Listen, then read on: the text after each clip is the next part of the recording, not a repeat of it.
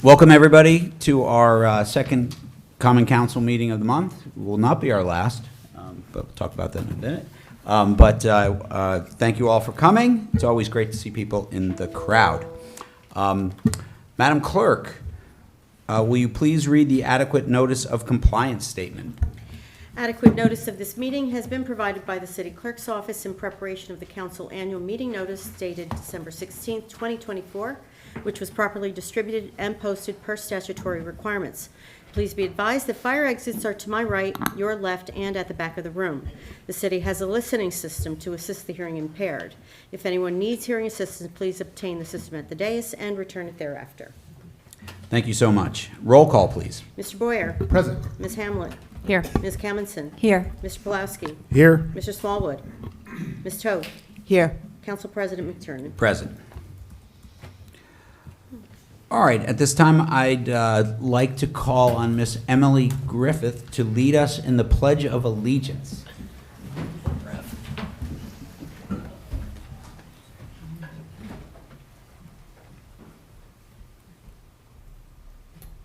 I pledge allegiance to the flag of the United States of America and to the republic for which it stands, one nation, under God, indivisible, with liberty and justice for all. Thank you very much, Ms. Griffith. All right, at this time, Madam Clerk, will you please read the explanatory note regarding closed session and hearings and comment, please? A closed session meeting as authorized by state statute was announced and held prior to the start of this meeting, and the known items for discussion were listed on the published closed session agenda. Please be advised that council meetings are broadcast live on Comcast Channel 34 and 36 and Verizon Channel 30, and rebroadcast on Thursdays and Saturdays on HTTV on Comcast Channel 36 and Verizon 33.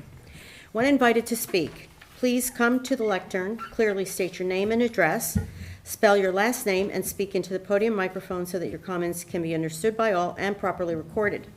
Whenever an audience or council member reads from a prepared statement, please give or email a copy to the city clerk at cityclerk@cityofsummit.org. To help facilitate an orderly meeting and to permit all to be heard, speakers shall limit their comments to 3 minutes.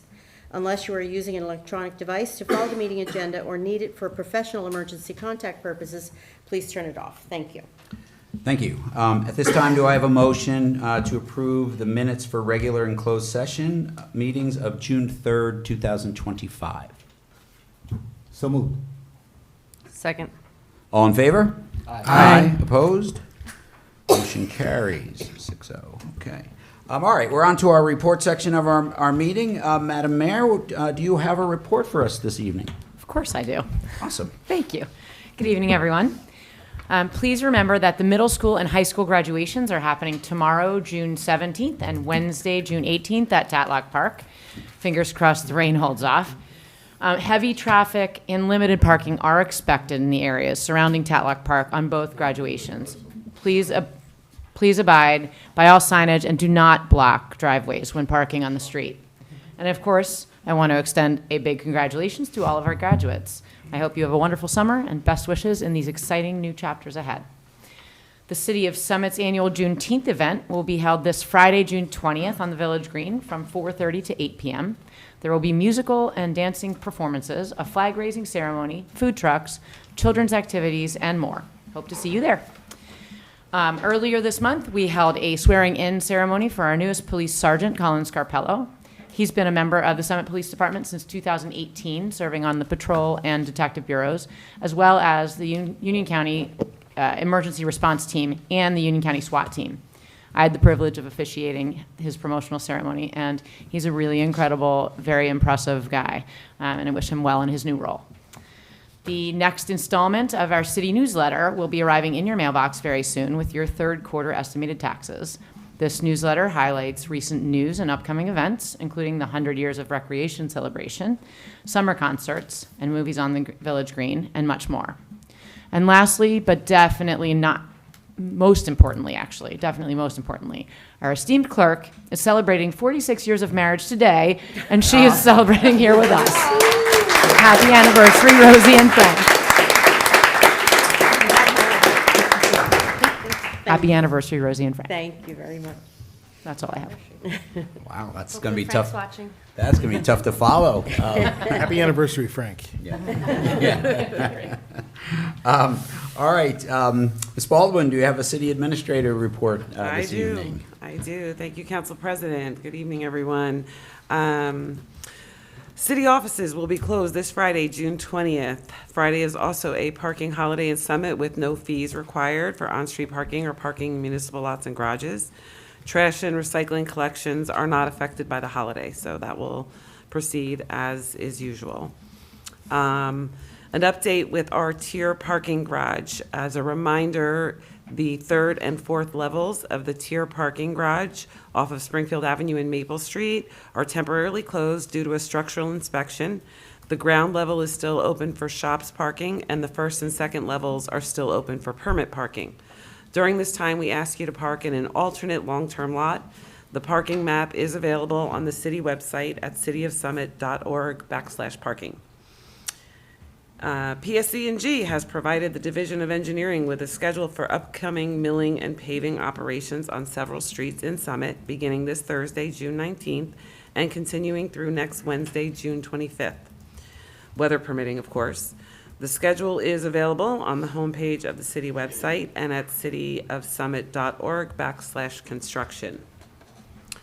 And lastly, we've launched a new initiative to help keep our drains clear of debris this summer. Residents can adopt a drain and commit to checking on it twice a month and removing leaves and any trash.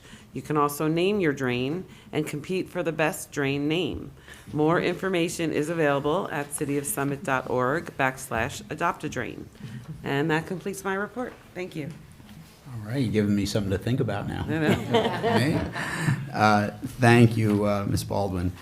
All right, for my council president report, I've got two things. One, Mr. Guida has a bigger one of these, but on Thursday, June 26th, we're going to be the Summit Elks is celebrating 100 years of excellence in parks and recreation in our lovely municipality. This is a fundraiser. It's a $75 ticket at the door at the Elks. It will include dinner and beverages. The proceeds, as many of you know, the Elks has agreed as part of their mission to support youth, as well as they also are big supporters of veterans. They have agreed to help to raise money and help us with our Tatlock playground improvements. So it's a great public-private partnership. This is part of what they're doing in order for to raise money on their own to help make this happen. So if you are around on Thursday and want to go to the Elks, it's for a good cause. And like I said, you'll have dinner and beverages and a very nice evening to boot. The second part of my council president report, I just want to give everybody an update on the never-ending saga of our round 3 and round 4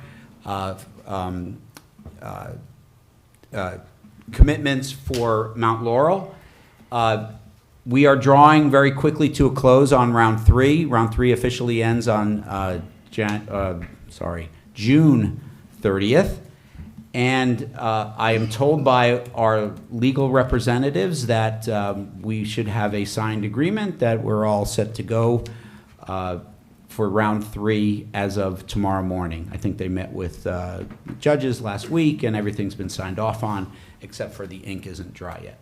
So, so just to reiterate, as far as our round 3 components go, we did meet our RDP of 36 units for round 3, and round 3, just for the people who are not as immersed in this as others are, this was a 10-year plan to promote affordable housing in our community. We're about to enter into a new 10-year plan that will start on August 1st. So as part of our 10-year plan just ending, we did satisfy the 36-unit RDP. We also had in our agreement, we agreed to facilitate the construction on a best effort basis to get to 50 new units of affordable housing, and happily that did happen. So we've got, we've complied we actually did do it, not just facilitate it, it happened. So that's 50 units there. And now we're putting that to bed and now starting the round 4. For the public, there was a planning board meeting that talked about a couple of proposals that happened. The planning board has put on their website on the 13th, so that was 3 days ago, what the proposal for our round 4 plan will be. That's going to be spoken about and voted on at the planning board meeting on the 23rd of this month. So I would encourage everyone who is interested in that to check the website. It's up there now. There's a 10-day notice period for all of that. And based on, I think, there's numbers in there, RDP numbers, what we think going forward. All that will be discussed at the planning board. That is the public forum for discussion there. So if you do are interested in this, I encourage you please to go on the website, look at the numbers, reach out if you have questions about them, and then attend the meeting and make your voices heard. This is important. It's going to set the stage for our affordable housing plan for the next 10 years. Once the planning board votes on that, we will have a special council meeting the following day on June 24th, where we will give a thumbs up or thumbs down on the plan. It's 5 p.m. And that's at 5 o'clock, so it's a special session. That will be the only thing on the agenda for that meeting. If that gets passed, that will be the plan that gets put in with New Jersey for our obligation for round 4. And that, I think, is my council president report. Okay. Do we have Councilman Pulowski? Do we have a historical minute today? Not really, but I could talk about history for about a minute. You want the picture? No.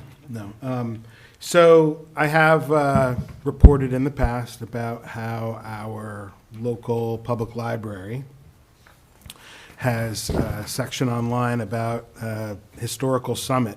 It has every yearbook, I think, through 2018. They may have to update that again shortly.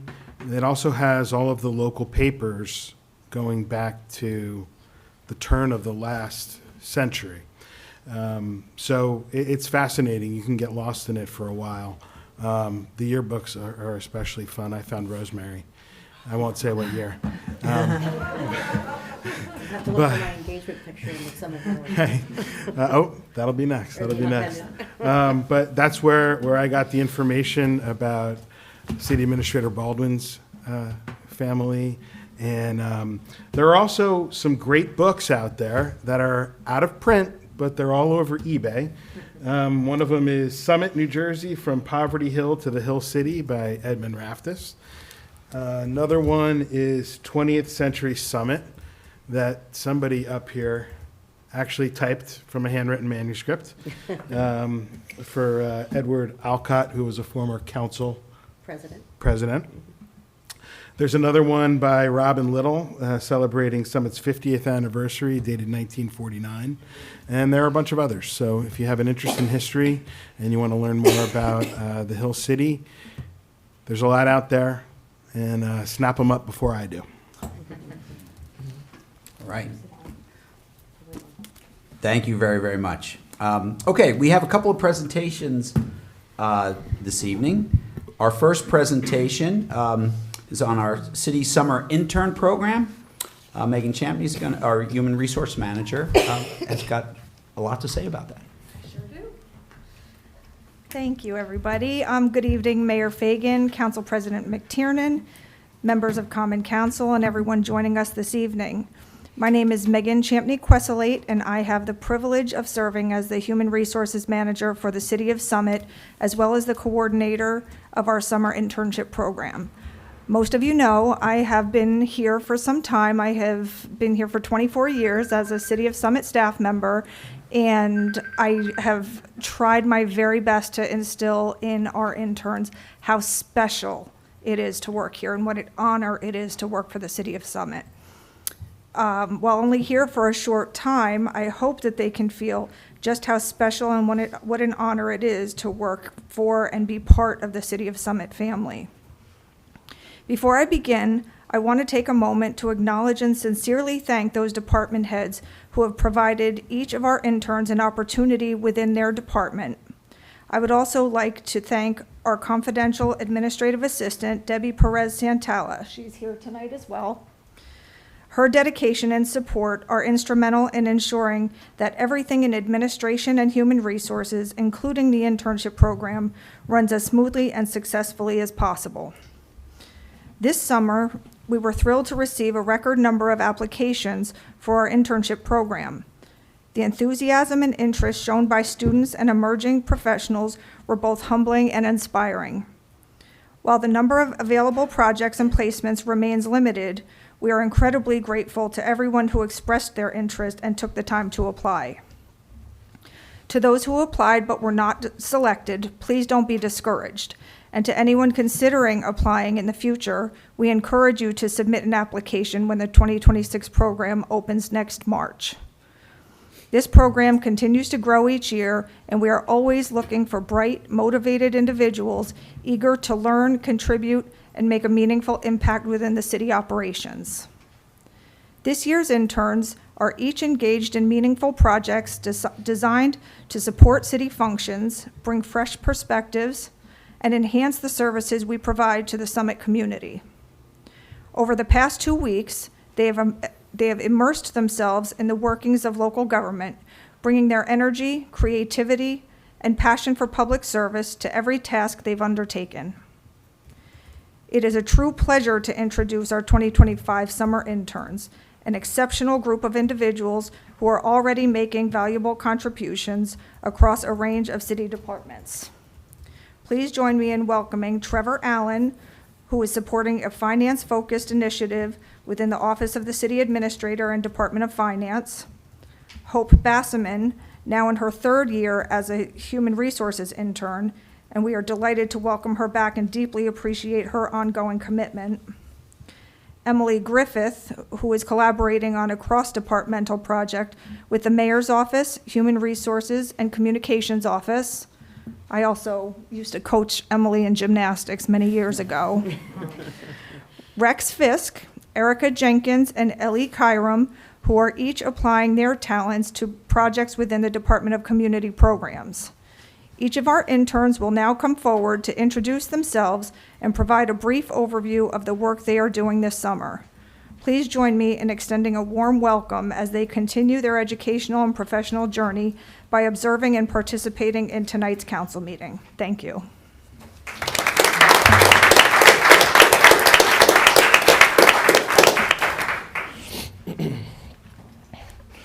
Hello everyone, my name is Trevor Allen. I am a rising junior at Indiana University and am majoring in finance and business analytics. This summer, my project involves utilizing ClearGov, a platform used to streamline a town's budget process, as well as Excel to create a published version of the City of Summit's 2025 municipal budget.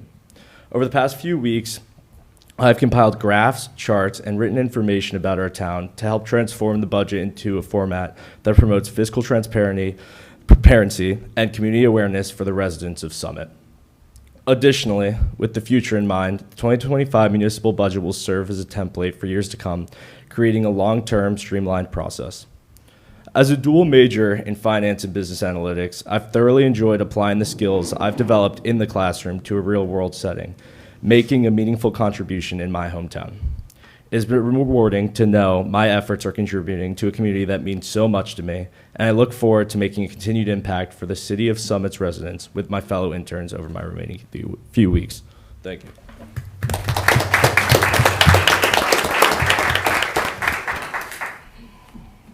Hi everyone, My name is Hope Astman, and I am a rising senior at Lafayette College, studying psychology and Asian studies with a minor in organizational studies. This is my third summer as an intern with the City of Summit, and I've had the privilege of working under our human resources manager, Megan Champney-Questlake, who's been an incredible mentor. My current project is a fun one. As some of you may or may not know, there's been a recent update to the Department of Labor's Fair Labor Standards Act. I've been working on updating our job descriptions to adhere to these changes. The new law requires the inclusion of overtime exemption status and transparent salary ranges on all job postings, both internally and externally. The exemption status is determined by individual job duties as outlined in each description. I've had the pleasure of meeting with department heads and employees across the city to make sure that everything is up to date and accurate to remain in compliance. I look forward to learning more about the specifics of the amazing jobs we have here. And if you're interested in working for the city, keep an eye out for some exciting new job openings. I've loved every minute of working for the City of Summit, and I'm so grateful for the experience I have gained and the connections I've made with fellow interns and all staff members. Thank you for your time.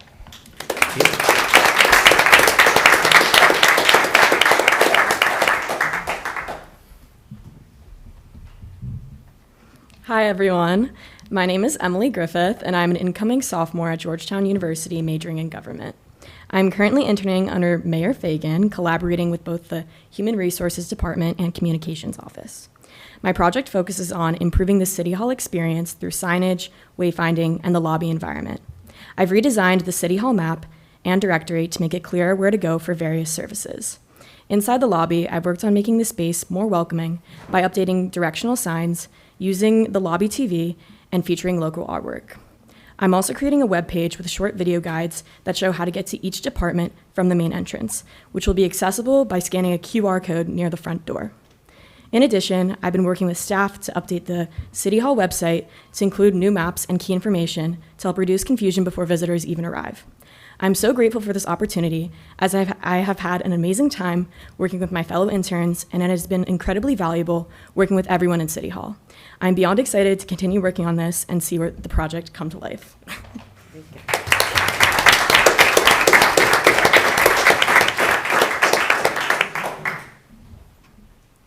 Hello, my name is Rex Fisk. I'm a rising sophomore, majoring in finance at James Madison University. This summer, I've had an opportunity to work in the community programs department alongside David Guida. During this time here, I've coordinated with vendors to help reduce the city's spending on the youth programs, jerseys, and uniforms by nearly 50%. I've also been reviewing ordinances from other municipalities to gather information related to the installation of lights at Tatlock Field. I'm extremely grateful for this opportunity, and I've truly enjoyed my experience so far. Thank you for your time.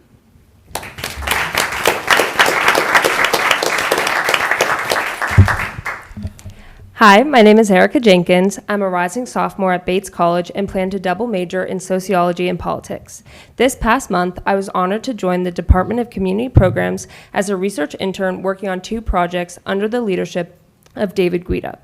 The first was researching neighboring towns' community programming prices and financial aid availability and comparing them to ours. The initial data suggests our pricing is competitive and our financial aid is above average. The other project involved researching local nonprofits and gathering contact information to be used for fundraising and possible sponsorship for our upcoming community night in July. We hope to be contacting these nonprofits soon. It has been a pleasure working with my fellow interns in the teams at City Hall and the Community Center. Thank you.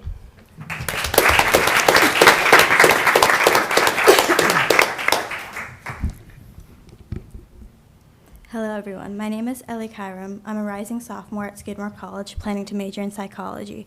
I've been interning for the Department of Community Programs, working for Assistant Director David Guida. I've taken on several projects with the DCP. My first project involved reaching out to local businesses to sponsor the DCP's summer events, specifically the Screen on the Green movie nights and the Hot Summer Nights concert series. Additionally, I've been researching counselor and training programs to determine how we can strengthen our own, and I've contacted neighboring towns to learn more about their CIT programs and comparing them to Summit's. My latest project involves researching and applying for grants for the DCP, specifically grants that target organizations that provide services for communities, families, and children. I'm excited to continue these projects for the rest of my internship and to collaborate with my fellow interns and everyone at the DCP. Thank you.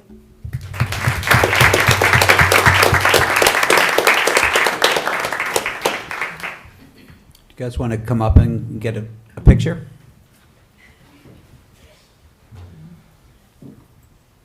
Don't be shy. Let's do it right here.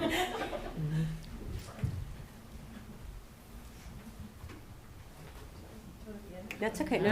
We're going to hide. We're gonna done. Right, scooch in together. Awesome. 1, 2, 3. Thank you.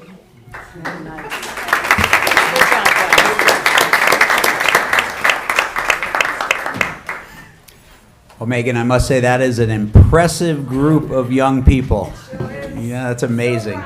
Feel good about our future when you see all these great people come up and we're working hard. So thank you, and thank you all for your hard work this summer. Thank you. All right, we have another presentation. This is on our government energy aggregation program. It's next steps for those who've been following it over the last 9 months or so.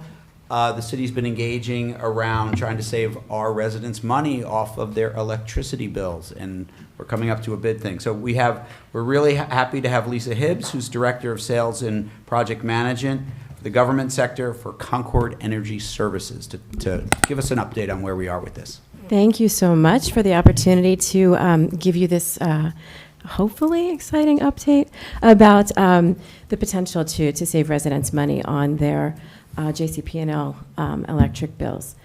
Just as a reminder, this is a government energy aggregation program. It is promulgated by the Board of Public Utilities, has oversight by the board, also ratepayer advocate, and because you joined a cooperative, also Department of Community Affairs. So all of your paperwork, it has been filed, your ordinance, your resolution, the purchasing agreement between you and the cooperative has been filed with Department of Community Affairs. Everything has been provided to Rosemary and to Tammy. So everything is filed here in the city as well as with the entities that I just mentioned. So our next step is to actually go out to auction. So that is tentatively scheduled for August 12th. So I say tentatively because between us and August 12th is an auction by our grid operator, PJM. PJM holds a capacity auction every year, supposed to be for 3 years of capacity pricing. We have been delayed. The Federal Energy Regulatory Commission has granted them some leeway in when they hold their auctions. This is due to supply and demand issues that we are having on our grid. We participate in PJM's grid with 12 other states and Washington, D.C. So we have large demand for electricity. We've had some retirement from some energy generation, and we are not pulling new generation online as quickly as we need it. So residents may have noticed, or will be noticing, that effective June 1st, JCP&L's rates went from 11.88 cents per kilowatt hour to over 15 cents. This will go a little bit higher in the winter time. We're looking at the October 1 date for that. This is all sort of a result of the past PJM auction, but also just where we're seeing the energy market go. Fortunately, oddly, that puts us in a more competitive situation for the co-op. That suppressed price to compare. The state averages the past 3 energy auctions here in the state. So as some of those older, lower prices roll off, we are more competitive in this current energy market where we have to play. So as a reminder, on August 12th, if the pricing received is not lower than that 15 cents that JCP&L is currently charging, we cannot accept the bids. They will all be rejected. We will not make a recommendation to the lead agency, which is the Borough of Lincoln Park, for the cooperative that you joined, which is the Garden State Community Energy Co-op. We will not make a recommendation for savings less than 5%.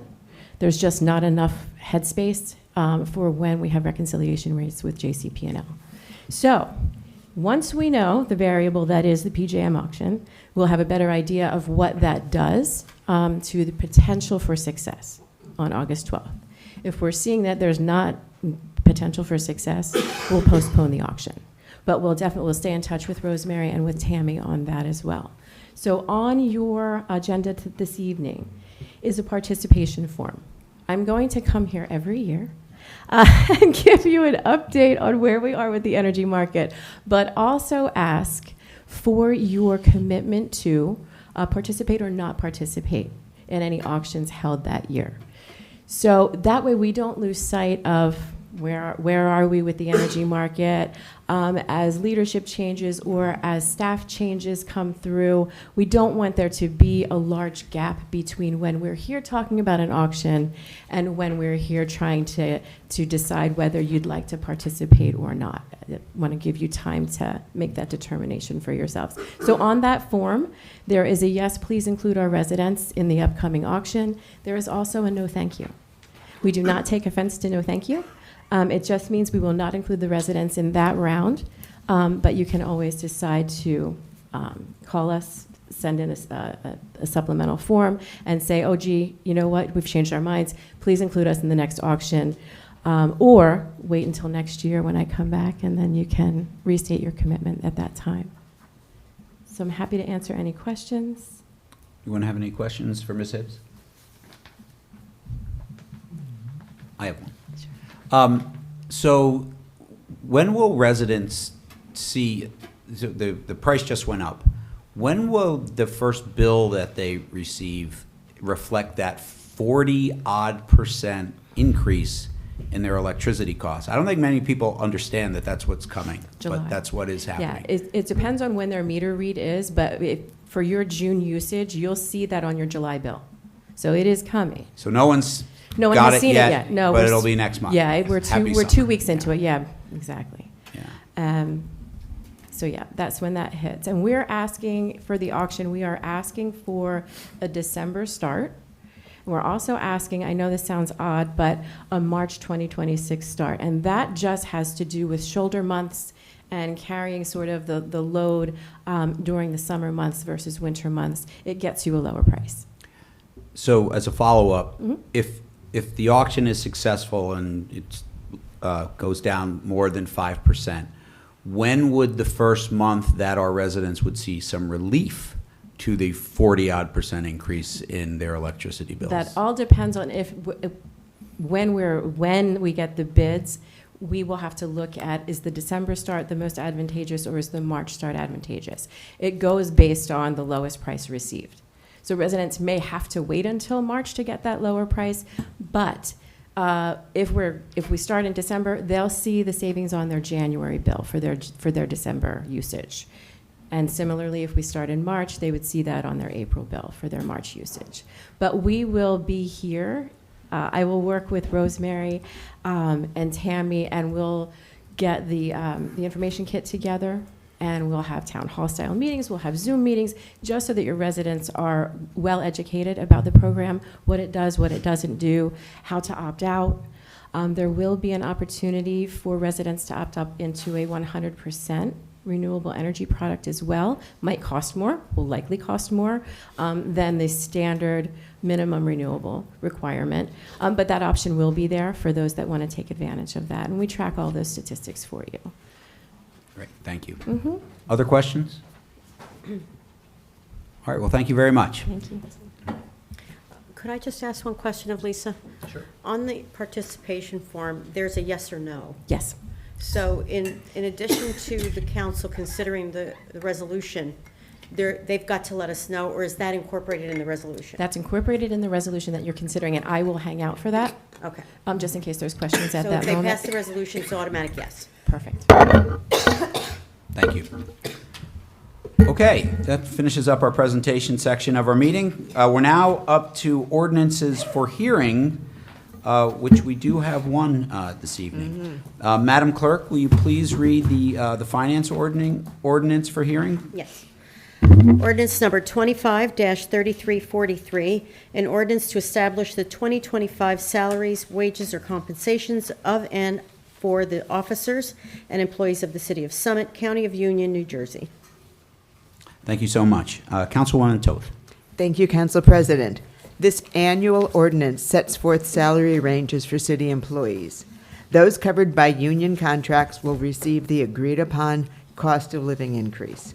Non-union employees will receive a 2.75% cost of living increase, which is in line with the more recent union contracts. This ordinance also sets forth step increases based on an employee's date of hire and job performance. I move to open the hearing on this ordinance. Second. Okay, roll call, please. Well, we want to open the hearing. Oh, to we're the opening the public. hearing. Open the Yeah. hearing. Okay, do we have to vote to open the hearing? You made a motion and a second, now you open the hearing. Oh, okay. It's already open, so now you can open to the public There we go. comment. All right. What would I be? Where would I be without Rosie? So, does anyone from the public wish to make a comment on this ordinance? Oh, hearing none, I'll close the public section of this hearing. Does anyone from council like to comment on this ordinance? Council President. Yes, please, Councilman Boyer. In the packet, it mentions performance evaluations, right? How often will they be performed? Is this going to be, I guess this question is to the city administrator. Is this going to be twice a year? And if so, is senior leadership involved in this? Like, will there be evaluations of the department heads and even the city manager? Through you, Council President. The city staff has performance evaluations done by their department heads coinciding with their anniversary dates, which is either the date you got hired or if you have subsequently received a promotion, that might change your anniversary date. So it's in January, July, it's once a year. There are also probationary performance evaluations. So if there's a new staff member, they typically get a 30, 60, 90, and 120-day evaluation. Having just been appointed the city administrator in January, my plan is to do the department head evaluations at the end of the year to give a fair, probably in November, to give a fair evaluation period with me in this position and overseeing that. And then I would very much like my own performance evaluation. That would have to be coordinated perhaps through our human resources manager along with the council and mayor. Thank you for that. And it mentions that if there is a underperformance, right, they would not get a bonus or they would not get a raise, right? Now, in that situation, would the employee know if they're being evaluated once a year, right? Do they get a heads up at some point that they're not performing up to standard? So again, through you, Council President, when you do the performance evaluation, there's a range between needs improvement all the way up to excellent that's kind of distributed among the different tenets of the evaluation. And if you're in grade and you're still in the steps and you're not subject to the COLA, the cost of living increase, depending on your date of hire, you can be given 0, 1, or 2 steps merit increase. For those hired before a certain date in 2016, we don't have too many of those anymore. They're kind of maxed out at the top and they're receiving the COLA, but they were able to receive between 0 and 4 steps. So those steps are indicative of your performance and you are given feedback.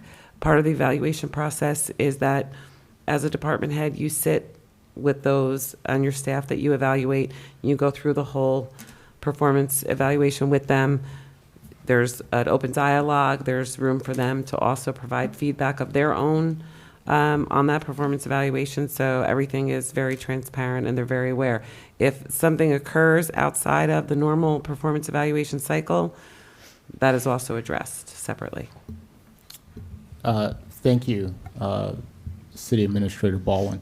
I think my only suggestion would be that if there is an employee that is going to get a less than favorable rating, that they get a heads up prior to their final performance evaluation. So let's say mid-year, we know that the employee is going to get a poor rating. It should be included in there that there is some type of conversation that happens. So it's not a surprise, that's all. Thank you, Council President, that's all I had. Thank you. Other comments or questions from council? All right, I'm going to declare the hearing closed then, and we're moving on to ordinances for final consideration. Madam Clerk, will you please read the finance ordinance for final consideration? Ordinance number 25-3343, an ordinance to establish the 2025 salaries, wages, or compensations of and for the officers and employees of the City of Summit, County of Union, New Jersey. Thank you so much. Councilwoman Toth. Thank you, Council President. And having just closed the public hearing on this ordinance, I move it for final adoption. Second. Thank you. Okay, roll call, please. Mr. Boyer? Aye. Ms. Hamlet? Aye. Ms. Commonson? Aye. Mr. Pulaski? Aye. Ms. Toth?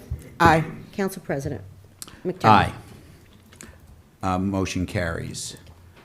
All right, we're on to the part of our meeting for ordinances for introduction, and we do have a few today.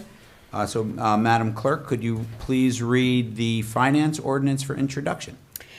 ID number 11977, an ordinance appropriating funds for school improvements in the City of Summit, County of Union, New Jersey, and authorizing issuance of $12,606,500 of school bonds or notes of the city to meet said appropriation. Thank you very much. Councilwoman Toth. Thank you, Council President. Following the adoption of the school board's budget, the city is to issue debt on its behalf. The school district repays that debt.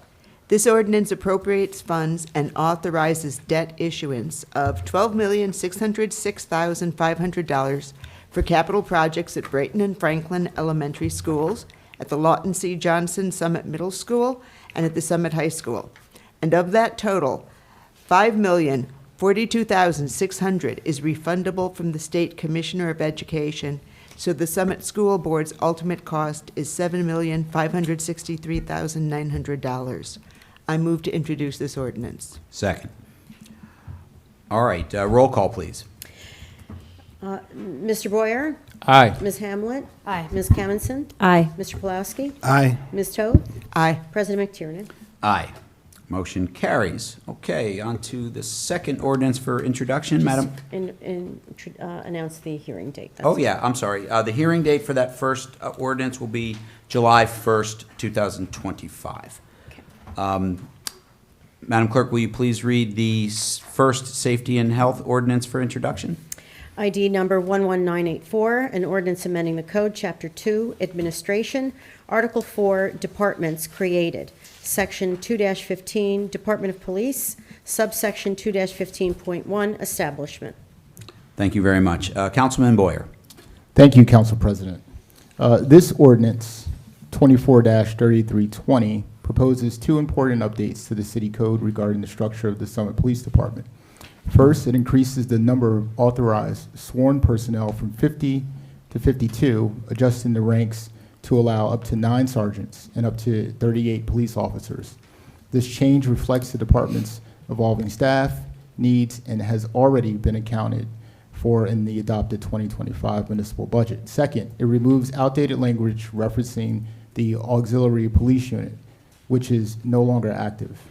The ordinance also includes a provision allowing the police department to temporarily exceed staffing limits for up to 180 days during transitions such as retirements to ensure continuality of service. With that, I move that ordinance 243320 be scheduled for a hearing on July 1st, 2025. Correct. Second. All right, roll call, please. Mr. Boyer? Aye. Ms. Hamlet? Aye. Ms. Commonson? Aye. Mr. Pulaski? Aye. Ms. Toth? Aye. President McTiernan? Aye. Motion carries. All right, Madam Clerk, would you be kind enough to read the second safety and health ordinance for introduction? ID number 11896, an ordinance amending and supplementing the code, Chapter 10, Animal Control, Section 2-14, Vicious Dogs. Thank you. Councilman Boyer.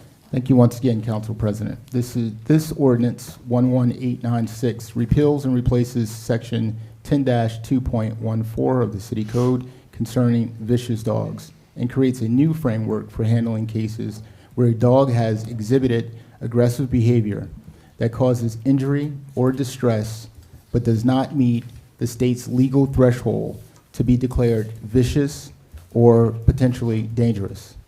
While New Jersey allows for certain designations and penalties in serious or repeated cases, this ordinance introduces a local classification, aggressive dog, which allows the municipal court, to act in situations involving unprovoked attacks that cause bodily injury. It also provides the court with the flexibility to impose fines, require muzzling and tethering in public, and implement other safety measures where needed. This ordinance was developed in response to an increase in resident concerns and helps close the gaps in enforcement, allowing the city to proactively address unsafe situations before they escalate. With that, I move that ordinance 243320 be scheduled for a public hearing at our next regularly scheduled meeting on July 1st, 2025. Second. Okay, thank you very much. Roll call, please. Mr. Boyer? Aye. Ms. Hamlet? Aye. Ms. Kamenson? Aye. Mr. Pulowski? Aye. Ms. Toth? Aye. President McTiernan? Aye. Motion carries. Okay, moving to our last ordinance for introduction. Madam Clerk, will you please read the Capital Projects and Community Service Ordinance? ID number 11786, an ordinance of the City of Summit, County of Union, New Jersey, repealing Section 2-29, Historic Preservation Commission of the Revised General Ordinances of the City of Summit, and creating a new Part 5, Historic Preservation of Chapter 35, Development Regulations. Thank you very much. Councilwoman Hamlet. Actually, I'm going to have Councilman Pulaski do this one. Thank you. This is ordinance ID number 11786. This one's near and dear to me, and it requires some background and some explanation, so bear with me a little bit here. As the winds of development and so-called progress sweep through Summit, you may have noticed our historic homes are taking a beating. I strongly encourage Planning Board to take a close look at the Development Regulations Ordinance, or DRO, in this regard, and to adopt additional zoning to help preserve the historic character of our neighborhoods and city as a whole, even if we do not protect historic homes from demolition. Replacing an historic Tudor with a McMansion, as nice as that spec house may be, does a disservice to Summit's past and runs afoul of the spirit of our master plan. Some municipalities, like Milburn, I believe, have an historic preservation commission with the power to prevent property owners from developing their property as they see fit. And I say property owners instead of residents because many are not residents, they're developers. Such bodies are judiciary in nature with a lawyer, a budget, and significant control over development. Summit has never had an appetite for converting its Historic Preservation Commission, or HPC, into a judiciary body. Our HPC is a purely advisory body. It doesn't reject or accept proposals. It merely gives recommendations to the zoning and planning boards to help maintain and enforce standards. For example, when the HPC reviews a zoning application involving the partial demolition and or addition, it recommends the work be done with an eye towards consistency with the historic nature of the home and or the neighborhood. The zoning board then will, in its own discretion, use those recommendations in negotiating revisions to a particular application. What happens, though, when a property owner seeks to demolish an historic home? Right now, they fill out a permit application, pay a fee, and can, as soon as 10 days later, demolish that historic home. The owner may not even know that the home has any historic significance. For many years, this hole in Summit's DRO has frustrated the mission of the HPC, in accordance with our master plan, to minimize and prevent the demolition of designated historic buildings, structures, and landmarks where preservation is feasible. For the last 18 months or so, the HPC has worked to create a measure to accomplish two primary objections. One, to slow down demolition, educate property owners, and give our zoning board information about the homes that were when applicants inevitably apply for variances on the homes that will be. And 2, to avoid doing so through the creation of any significant additional bureaucracy or diminishing the property rights of our residents. I believe the proposed ordinance accomplishes this, or at least takes a step in the right direction. Simply put, it provides the HPC an opportunity for robust comment where there currently is none, by adding the step of an HPC review to the demolition permitting process. Under the proposed ordinance, when a property owner applies for a demolition permit to raise an historically significant property, it will go to the HPC for review. The HPC has 7 days to decide whether the referred application warrants an HPC review.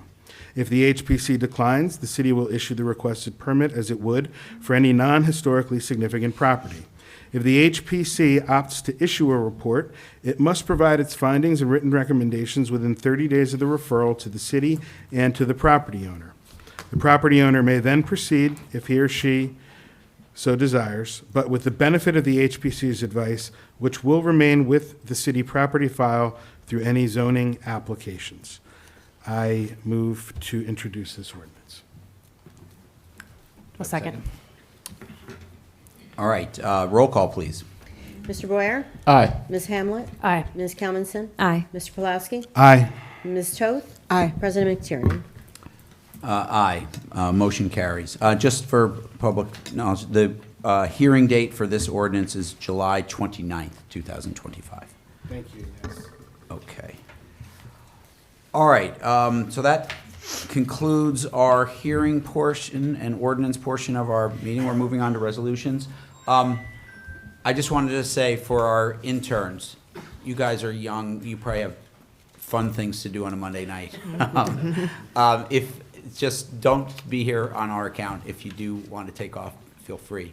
You don't have to. You can hang out with us if you'd like, but feel free to leave if you'd like. All right, now we're on to our resolution section. We have, if you're looking at our packet, quite a few resolutions this evening. So let's get right to it. So first off is safety and health. Councilman Boyer, number 1, please. Thank you, Council President. Just before the interns take off, I just have to say I was completely impressed. I mean, we got Indiana University, Lafayette, Georgetown, James Madison, Bates College, and Skidmore. I mean, y'all could have went pretty much anywhere else, and you came back to Summit. So we appreciate that, and like the Council President said, the future looks bright. So thank you. This is resolution ID number 11966.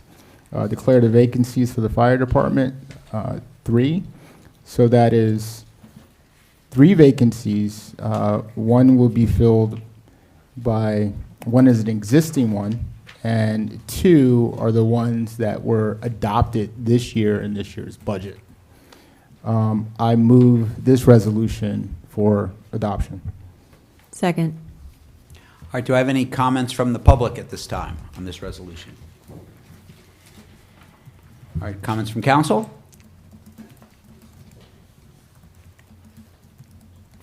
I'll make a comment then. Yeah, so, I'll save my comment for the next one. All right, no, any other comments?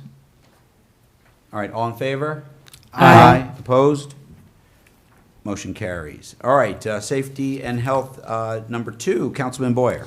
Thank you once again, Council President. This is ID number 11967 to appoint 2 probationary firefighters, which those positions were adopted this year in this year's budget. One is Timothy Digney, and the other is Mike Tomich. These 2 probationary firefighters were interviewed by the Safety Committee. They are excellent young men, and this actually depletes our volunteer wait list. So the fire department needs to go out and get more young volunteers. So they wasted no time. The chief has been waiting a long time to get 2 additional positions, and happy to say that this council was able to do that. So I move this for adoption. Second. Comments from the public? Comments from council? Councilman Pulaski. Yeah, I would just echo Councilman Boyer. I am very happy that we're able to add these positions. Chief Evers has been patiently asking for it for years now, so I'm glad that we're able to do it for him. Other comments from council? Yep, my one comment is, I know he has been asking for a long, long time, and I know for a long, long time I've been one of the people who've kind of said maybe next year. So next year's finally arrived for Chief Evers. Look, these guys do an amazing job. A lot of people think firefighters, and they just think, oh, when there's a fire. But they're out on Route 78 with accidents. They respond to gas leaks, all sorts of things. And their call volume certainly warrants looking and requests, or I guess responding to their request that's been made kind of on a good faith basis for year in and year out. Every time we add a person, we talked about this with our police force, it's a big commitment the city's making. It's a big commitment for insurance, for health care. It's a big, for pension. And so it's not just a salary. So I know we've talked about this a lot in finance. Have we planned properly for this? Because it's not just going to affect this year's coming up budget. It's going to affect next year, and hopefully these people are with us for a long, long time. So quite a few years in the future. So we don't make these decisions lightly about adding people. You do have to be really, really diligent on, adding up all the numbers. And I'm happy that we did this, and we have looked at the numbers, and we can fit them in. And so I'm happy to support this resolution. So, all right, all in favor? Aye. Opposed? Motion carries. All right, on to community programs and service and parking services. Councilman Pulaski. Thank you. This is resolution ID number 1197 to appoint Community Programs Advisory Board member. Pending our closed session discussion, I'm happy to announce the mayor's appointment of Mike Dugan to that advisory, Community Programs Advisory Board.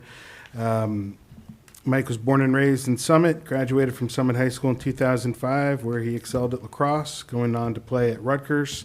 He's an expert on Summit youth sports, having played and or coached them the majority of his years on this earth. Mike will make a fine addition, and I move to adopt this resolution. Second. Do I have any comments from the public? Comments from council? All right, all in favor? Aye. Opposed? Motion carries. All right, moving on, we have a law and labor resolution this evening. Councilman Pulaski. Thank you. This is resolution ID number 1192 to authorize execution of a sidebar agreement to our current contract with the Teamsters Local 469. Pending our closed session discussion, I move to adopt this resolution. But first, I'll just note, it has to do with the change of a title.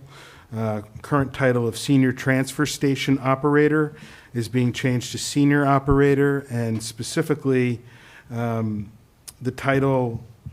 current title was too restrictive, suggesting that only those working at the transfer station are eligible to apply for this position ultimately. So changing the name or the title to Senior Operator solves the problem. So I again move to adopt this resolution. Second. Comments from the public? Comments from council? All in favor? Aye. Opposed? Motion carries. All right. Got a lot from capital projects and community services this evening. If you're ready, Councilwoman Hamlet, why don't you start with number 1? Thank you, Council President. Just bear with me. This is one of, I think, 11.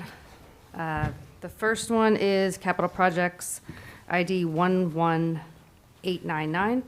This is a resolution of the City of Summit, County of Union, authorizing the mayor to execute the memorandum of understanding between the City of Summit, the United Methodist Church of Summit, and Bergen County United Way for the creation of affordable senior rental units. Whereas the church approached the city to inquire if its former education building located at 17 Kent Place Boulevard, City of Summit, Block 1911, Lot 5, which is now underutilized, could be repurposed for a small 100% affordable senior rental project. And whereas after the meeting with the city, the church began working with Bergen County United Way to determine whether their education building could be adapted and renovated for that purpose. And Bergen County United Way has determined that a project of up to 12 senior rental units could be created out of that building, whereas the city is supportive of the creation of affordable senior rental units that this proposed project will create, allowing very low and moderate income seniors to live in Summit with walkable access to the downtown train station. I would like to move this resolution. Second. Comments from the public? Comments from council? Councilman Boyer. Real quick, Council President, I just wanted to say that the United Methodist Church stepped up, and this is excellent. They had the land, their commissioners got together, and they decided to put their best foot forward and say, hey, let's help with affordable housing. This is how you do it. It doesn't necessarily always have to fall on the government, which seems to be the case these days. Residents get together and they make a change. And as you can see with the partnership with the city, we help out. And this is a perfect example of how to make these things work. So I really like seeing this. Thank you, Council President. Thank you. Other comments? Councilwoman Hamlet. I would like to agree with Councilman Boyer. This is exciting. This is something that the entire community should be proud of. This is a 100% affordable project, 12 units, walk to town, and I'm just really proud of everybody for working so hard. Mayor, thank you for facilitating, and Bergen County United Way. I think this is really good stuff, and I'm proud of the leadership and the community for getting this done. This is a very old church, and I know that some of these churches now are underfunded, so it's a win-win for everybody, and just great stuff, so thank you. Thank you. Madam Mayor. I just want to point out that the Pastor Lara has been phenomenal. I'm super grateful to her and to her board of trustees. They've been fantastic through this process, and they're really excited about it, and I think we should be, as a community, be very grateful. Agreed. Other comments from council? All right. All in favor? Aye. Opposed? Motion carries. All right, capital projects, number 2, Councilwoman Hamlet. Thank you, Council President. This is Resolution ID 11994. I just want to give a brief explanation before I go down and explain this resolution. This is for Maybe Playground, and we're going to reject the bids. There were 7 bids that came in over budget. But I wanted to give a little bit of background. One of the reasons that these numbers are a little bit higher, and if we have further questions, David can come up here and give an explanation, are because when we took money from the Jake's Law grant and Green Acres, there were several different requirements that increased those costs. So for example, there had to be 20% shade for the project. There had to be X number of trees for shade. There had to be certain drainage requirements. So there was, along with grants and great things, come also some requirements which made those costs go a little bit higher. So we've been looking at this for, the last couple of years, but specifically today, our priority is to get this playground done as soon as possible. So, and I will move on with the resolution. So this is Resolution ID 11994, reject bids and authorize a new bid advertisement, Maybe Playground improvements, whereas 7 bids were received by the purchasing agent for the 2025 Maybe Playground improvements on Tuesday, May 13th, 2025, whereas the lowest bid substantially exceeds the city's appropriation for the improvements, and whereas the Director of Department of Community Services requests permission to re-advertise for 2025 Maybe Playground improvements. I would like to move this resolution. Second. Comments from the public? Comments from council? Just one comment, I guess, Mike. And just for matters of, in order to educate the public, once we go out to bid again, if we again get bids that are higher, we can then negotiate with those contractors. So for this bid specifically, we're going to, Director Schrager, I'm going to put you on the spot. What's the word for, we're going to take out some of those and bid them separately, right? Yes, through you, Council President, we're going to make alternate bids. Alternate bids, that's right. So we're going to make alternate bids, so, yeah. I think that was it. Great. I had one question. Just so the public, how much did we get for grants for this project? David, do you want to, I don't have it off the top of my head. Do you have that? $750 for Jake's Law, and then, go ahead, David, you can. Yeah, Mr. Guida? Through you, Council President. So we did have $750,000 from the Jake's Law grant. There was also another $175 from local reimbursement grants. So that's the money that is being referred to as not on hand, so we can't certify the funds. And to Council Member Hamlet's point, the reason why they're being done as alternates is once we receive the funding from the reimbursement, we'll then be able to go back and do these pieces. So it's not necessarily that we don't have the funding secured, we just don't have the cash on hand. So doing this in a more phased way will allow us to get the project done completely. Very good. Okay, thank you. Other comments or questions from council? All right, all in favor? Aye. Opposed? Motion carries. All right, capital projects number 3, Councilwoman Hamlet. Thank you, Council President. I will have Director Schrager just give a brief background of this as well. It's a complicated one. Resolution 11979, whereas the DCS Director, City Engineer, has advised that on Friday, May 17th, pump number 1 at the Constantine Pump Station failed, and whereas without both pumps and operational, an increased flow event could result in a sewage overflow, creating a health and safety hazard. Whereas pursuant to NJSA 40A 11-6 and corresponding rules, the DCS Director, City Engineer, requests authorization for an emergency contract to PCS Pump and Process, Inc., in an amount estimated not to exceed $90,000, which is in excess of the city's $44,000 bid threshold. I would like to move this resolution, but I would ask that Director Schrager just give a quick history of what happened on that day to cause that pump failure. Yes, through you, Council Let's President. just do the motion in a second first. Oh, yeah, do I have a Second. second? Okay, thank you. Yes. Yes, first, when your sewer operator calls you at 6:30 in the morning, it's never to say hello. I wish it was. But on that Friday, our Constantine pump station did fill up with 12 feet of sewage. The result was one of our pumps had a catastrophic failure, which we believe was a result of a seal that failed, and then those massive pumps, as they just get a little bit out of plumb, will cause the impeller to essentially snap, and then it shut down the facility. We declared an emergency later that day, which allowed us to actually already proceed with the ordering, because these, like most mechanical parts nowadays, are about a 22-week lead time, so we are in the queue already.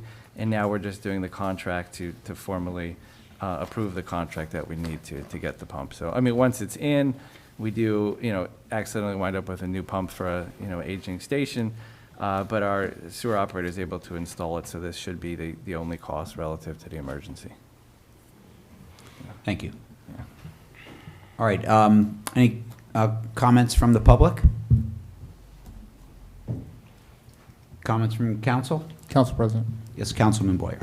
Director Schrager, just to be clear, because I know the public is hearing sewage overflow, the backup pump did work, and there was no sewage that was mixed in with our stream water, or and no one has to worry about turning the water in their kitchen and not smelling so good. So can you talk about that real quick, please? Yes, through you, Council President, again. Though the station did shut down fully, because at that point the surge of the sewage, the station had to be isolated before the other pump could be utilized and then obviously cleaned.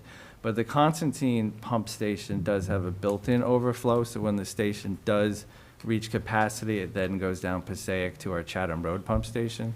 So not that you want to have emergencies ever, but if you were to have a pump failure, you want to have it at Constantine, because then we don't wind up discharging somewhere. We don't impact the sewage system, other than sending it down the road a little further. So. Thank you. Yeah, thank you, Council President. Just so the residents know, we got backup.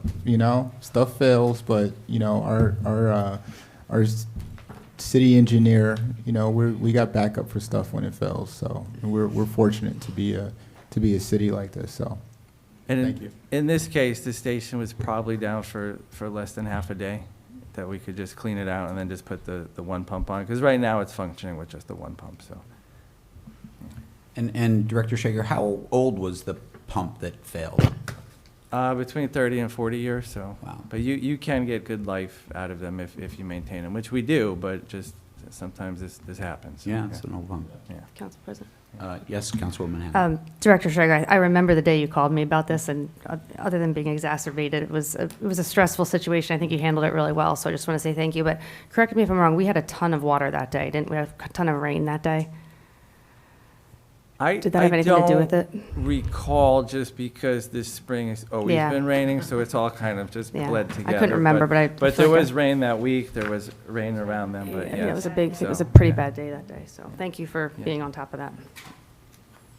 Other comments from council? Yes, Councilman Pulowski. It's more of a question for Director Schrager.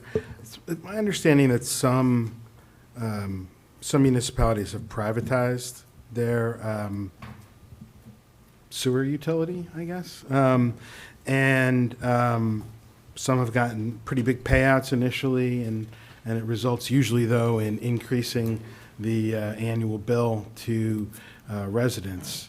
I was wondering if you know whether these have been successes, towns that have done it, and whether you've ever put together maybe like pros and cons of doing this, or if that's something that we should consider, so that we're not, considering $90,000 repairs. It might not be, a cost feasible measure for the city, but maybe it is. So I was wondering if you could hum a few bars on that, if you know. Yes, again, to you, Council President. About every half decade, typically in this area, it's New Jersey American Water that would make the approach about, acquiring the city's sewer utility. And it has been explored in the past. In the past, when they generally see our sewer rates so low, what will happen is, one, those will go up rather quickly, but two, they will probably give a lower offer, just because they know they're going to have to make it up somewhere else as they slowly raise the rates. So when we have explored it in the past, it never went too far, because we do have a very low fee. But it is something that they've come back around recently, so we will, meet with them and just share our information. In terms of success, there's definitely some. It's a function of how you maintain your infrastructure, and ours is generally pretty good. It is older. I mean, there's parts that are still 100 years old, the pipes. So some towns that do have a massive success is basically they've almost gone too far down with their infrastructure that it almost makes sense just to walk away and let someone else take over it. There are some that have not been happy with it, so I'd say it's 50-50, so it's kind of, it's no one size fits all. It would be up to the specific municipality, but it is something that we have had contact with them recently, and when we kind of get some free moments, we'll get them information and see if it goes somewhere. Yeah. Thank you. Yeah. Just a follow-up question. Has any town in the joint meeting ever done this? Gone to sell their product? Not that I'm aware of, but that is a good question and something we could poke around. And I know as ask of and 5 or see. 6 years ago, there were none. I can check Right. at the meeting. I can ask. Yeah. Yeah, I don't think they have, but have any explored it, other than just a fleeting thought. So that's something we could ask through Councilmember Hamlet even there, but I'm not aware of it. So, but I know big ones like Hoboken has, like they switched over at some point. And you'll read in municipalities magazine, there's a couple in that Gloucester County region that have, and it seemed to be a pretty big windfall for them. But other towns, not so much. So. Yeah, just for the public, we are one of, is it 13 municipalities? Yes. One of 13 municipalities that own equity in our sewer system. So we receive stuff from New Providence, but we're pretty much one end of it. And then the proverbial flows downhill and ends up down right near the Goethals Bridge. That's our sewage treatment plant right there as the Passaic enters into the bay there. This has been around for about 100 years, I think. You couldn't recreate this today. Elizabeth was having financial problems while this was being built, And so they became a customer of the joint meeting. And I know there's been many times where they've tried to buy in, because they're also the largest customer of the joint meeting. Elizabeth's a big city, and they just can't afford it because the infrastructure and the plant is so well run. It's one reason, as Director Schrager alluded to, our sewage rates are so low. It's a phenomenal system. It's really, really well maintained. I can see why people would like to buy it. Probably not at the price we'd be willing to sell it for, I would think. But again, I think it's worth always talking to people.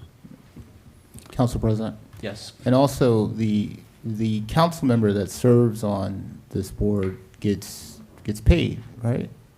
Now, yes, right. And Yes, and but. Yes, and but. but it was City Administrator Baldwin's great grandfather that made it so that any sitting council person will never get a dime for anything that they do. This council has the highest integrity in Summit. So that money that the council member gets, they have to donate it to charity. That's right. That is true. God bless. Okay.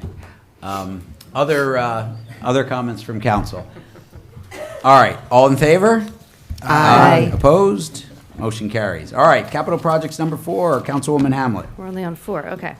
So this is Resolution ID 11813. Before I go on, I just want to give a quick description of the Saltbrook area, because a lot of people are asking exactly where is the Saltbrook, so I just want to be very specific. The Saltbrook serves as a large drainage tributary that is centrally located within the city.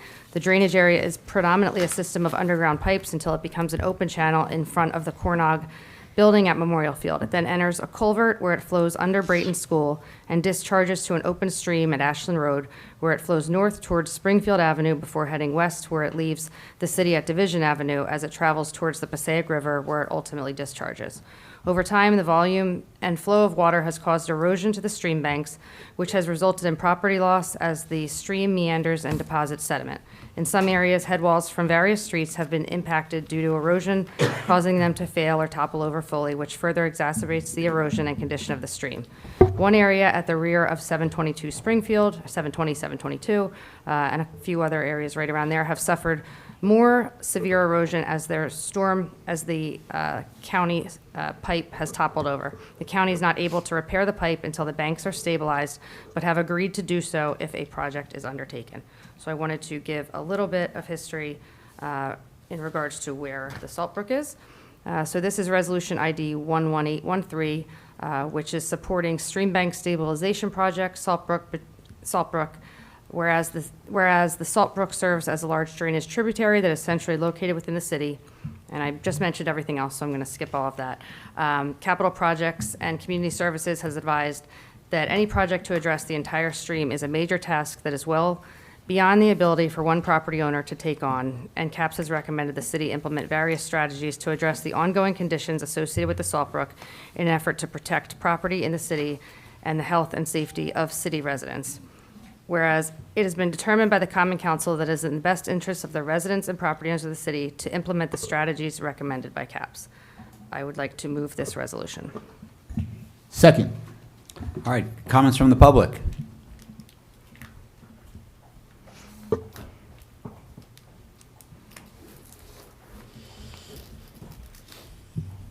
Good evening, Adriana Alarcon, Springfield Avenue. Great step forward that the stabilization of Saltbrook is on tonight's agenda. Thank you. I want to begin by thanking you all for acknowledging this issue, and I sincerely hope that the town continues to monitor a major contributor to this, the ongoing overdevelopment that is negatively impacting Summit's land and properties. Last year, I paved my driveway. It's a shared space with my neighbor. We carefully coordinated our plans and applied for permits together. To our surprise, my neighbor's application was denied due to what was described as excess pavement coverage, even though the existing pavement had been there for over 100 years. As a result, my neighbor was not allowed to repave their half. Meanwhile, across the street at 609 Springfield Avenue, a large lot, formerly mostly green space, was torn down and replaced by 2 larger homes with garages and extensive paving. with virtually no green space left. This overdevelopment has dramatically increased runoff, which is either pouring into the drain, further overwhelming the broken county pipe that I've reported many times, or flowing directly into Salt Brook, both accelerating erosion. To make matters worse, there is now a natural runoff channel that has formed. It's cut through the land, exposing the underlying rock. I've sent video evidence to this to the council. The heavy rainfall over the last few months have worsened the land loss and destabilization, not only on my property, but extending further along the brook in both directions. The infrastructure neglect combined with overdevelopment is a dangerous mix. This stabilization plan must move forward immediately, along with a long-term strategy to manage runoff and enforce balanced development. I'm grateful to see action starting. My neighbors and I are willing to help.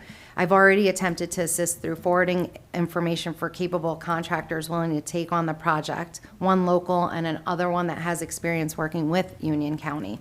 All I have to offer is my help and my hope that something is done before it's too late. Thank you. I'll email this. Thank you. Other comments? Hi, Chantal Landman, Beekman Road. I want to address this resolution, which proposes the city allocate taxpayer dollars and city resources to fix damage caused by the Salt Brook on a single property, an issue that is both incredibly unfortunate and reflects a much larger problem that affects many residents. When one resident experiences damage, especially from flooding or shifting terrain, it often signals a broader systemic issue. Whether it's faulty infrastructure or inadequate stormwater management, these are not one-home problems. Fixing the issue on one property may bring hopefully temporary relief to that home, but it won't address the root cause. Instead, we should take this issue as a wake-up call. Our infrastructure needs a comprehensive upgrade. Residents deserve transparency. What is the plan to fix the underlying issue, and what will that cost? Certainly a lot more than $50,000. Have Union County, federal and state agencies agreed to coordinate with us on the work outlined in the resolution, including the comprehensive project outlined? If they have not, and we act too narrowly, as we've heard from our engineers, we risk wasting money on Band-Aids and patchwork solutions while the larger problem persists or worsens. Even more concerning, this resolution sets a precedent that could become financially unsustainable for the city. Is the city negligent and/or contributing to the damage? Will future requests from homeowners receive the same level of intervention? Residents from Linden Place and Tulip Street have come to council over the years to raise concerns about the Salt Brook flooding and property damage. And over the past couple of months, I'm hearing from residents along the Salt Brook and elsewhere in the city asking if these city-funded repairs are common and wondering how they can avail themselves of similar funding and DPW resources. The city budget simply cannot support this model, nor is it an appropriate or effective use of our taxpayer dollars. I feel for this family on Springfield. We all do. I have compassion for what they are going through. Let's be comprehensive and strategic and work on solving the actual problem, not just the symptom. And let's do that now so that no other families along the Salt Brook have this experience in the future. Thank you. Thank you very much. Just email your comments to the clerk. Thank you. Other comments from the public? Lisa Allen, 27 Plain Street. Thank you, Council President, through you. I just actually had a quick question. One of the residents, Adriana, had stated that there were 2 homes that were built across the street. And my question would be, through you, for zoning, for Director Schrager, as part of that bigger plan, was there any stormwater management considerations?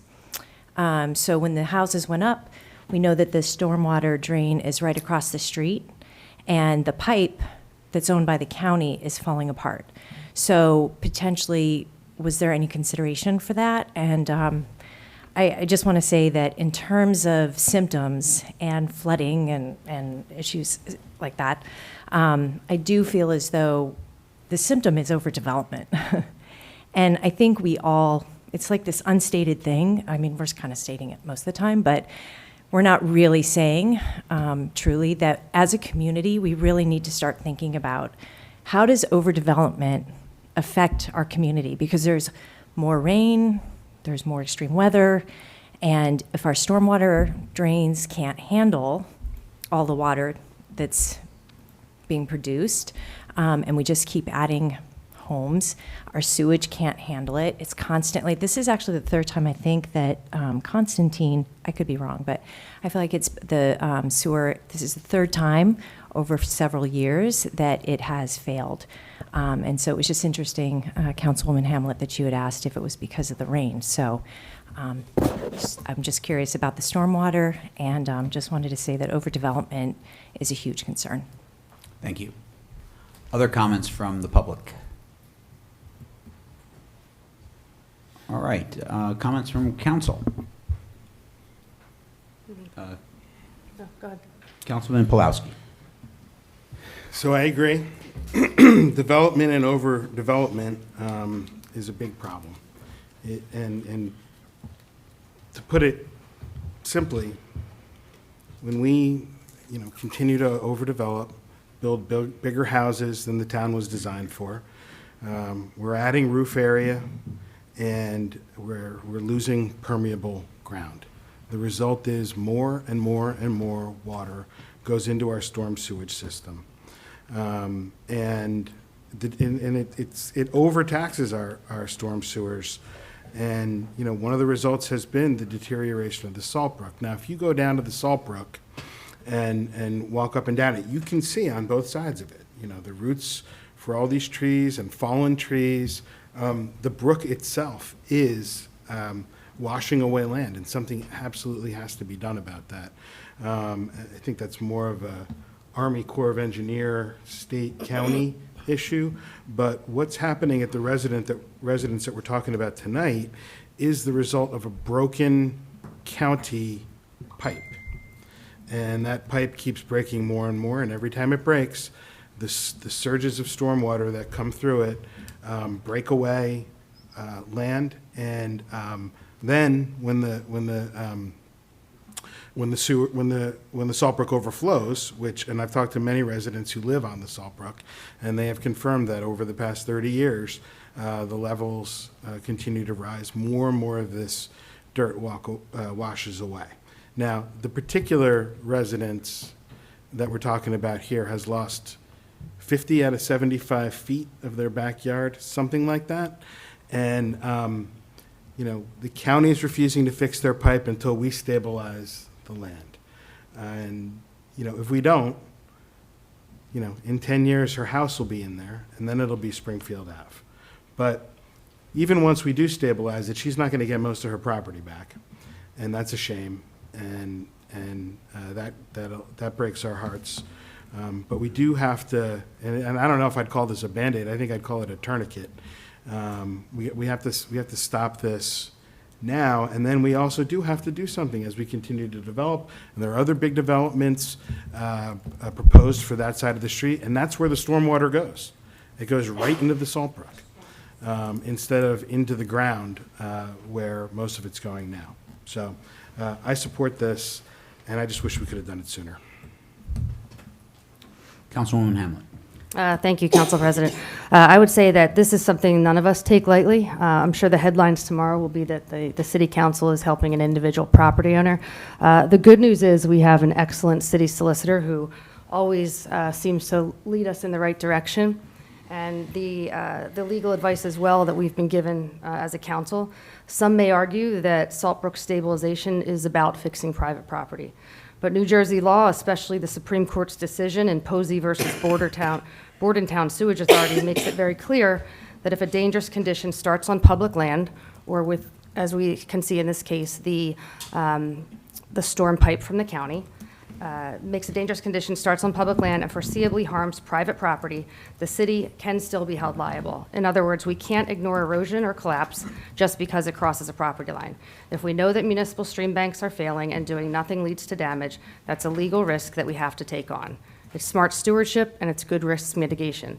I would further say, Director Schrager, you can educate the public a little bit on the other aspects of what we're about to fix with the culverts. So the county is fixing a few things, and then we're potentially fixing a few more things. And we're obviously in discussion with the state and DEP and everybody else around this. Yes, through you, Council President. So I don't recall if it was a year or 2 years ago, but there was 2 unowned parcels of land between Tulip.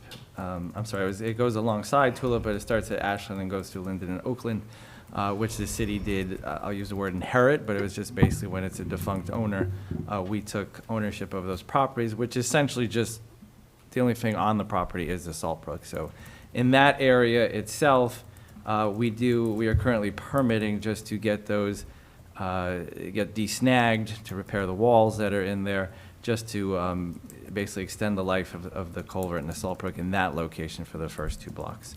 So that is being looked at right now.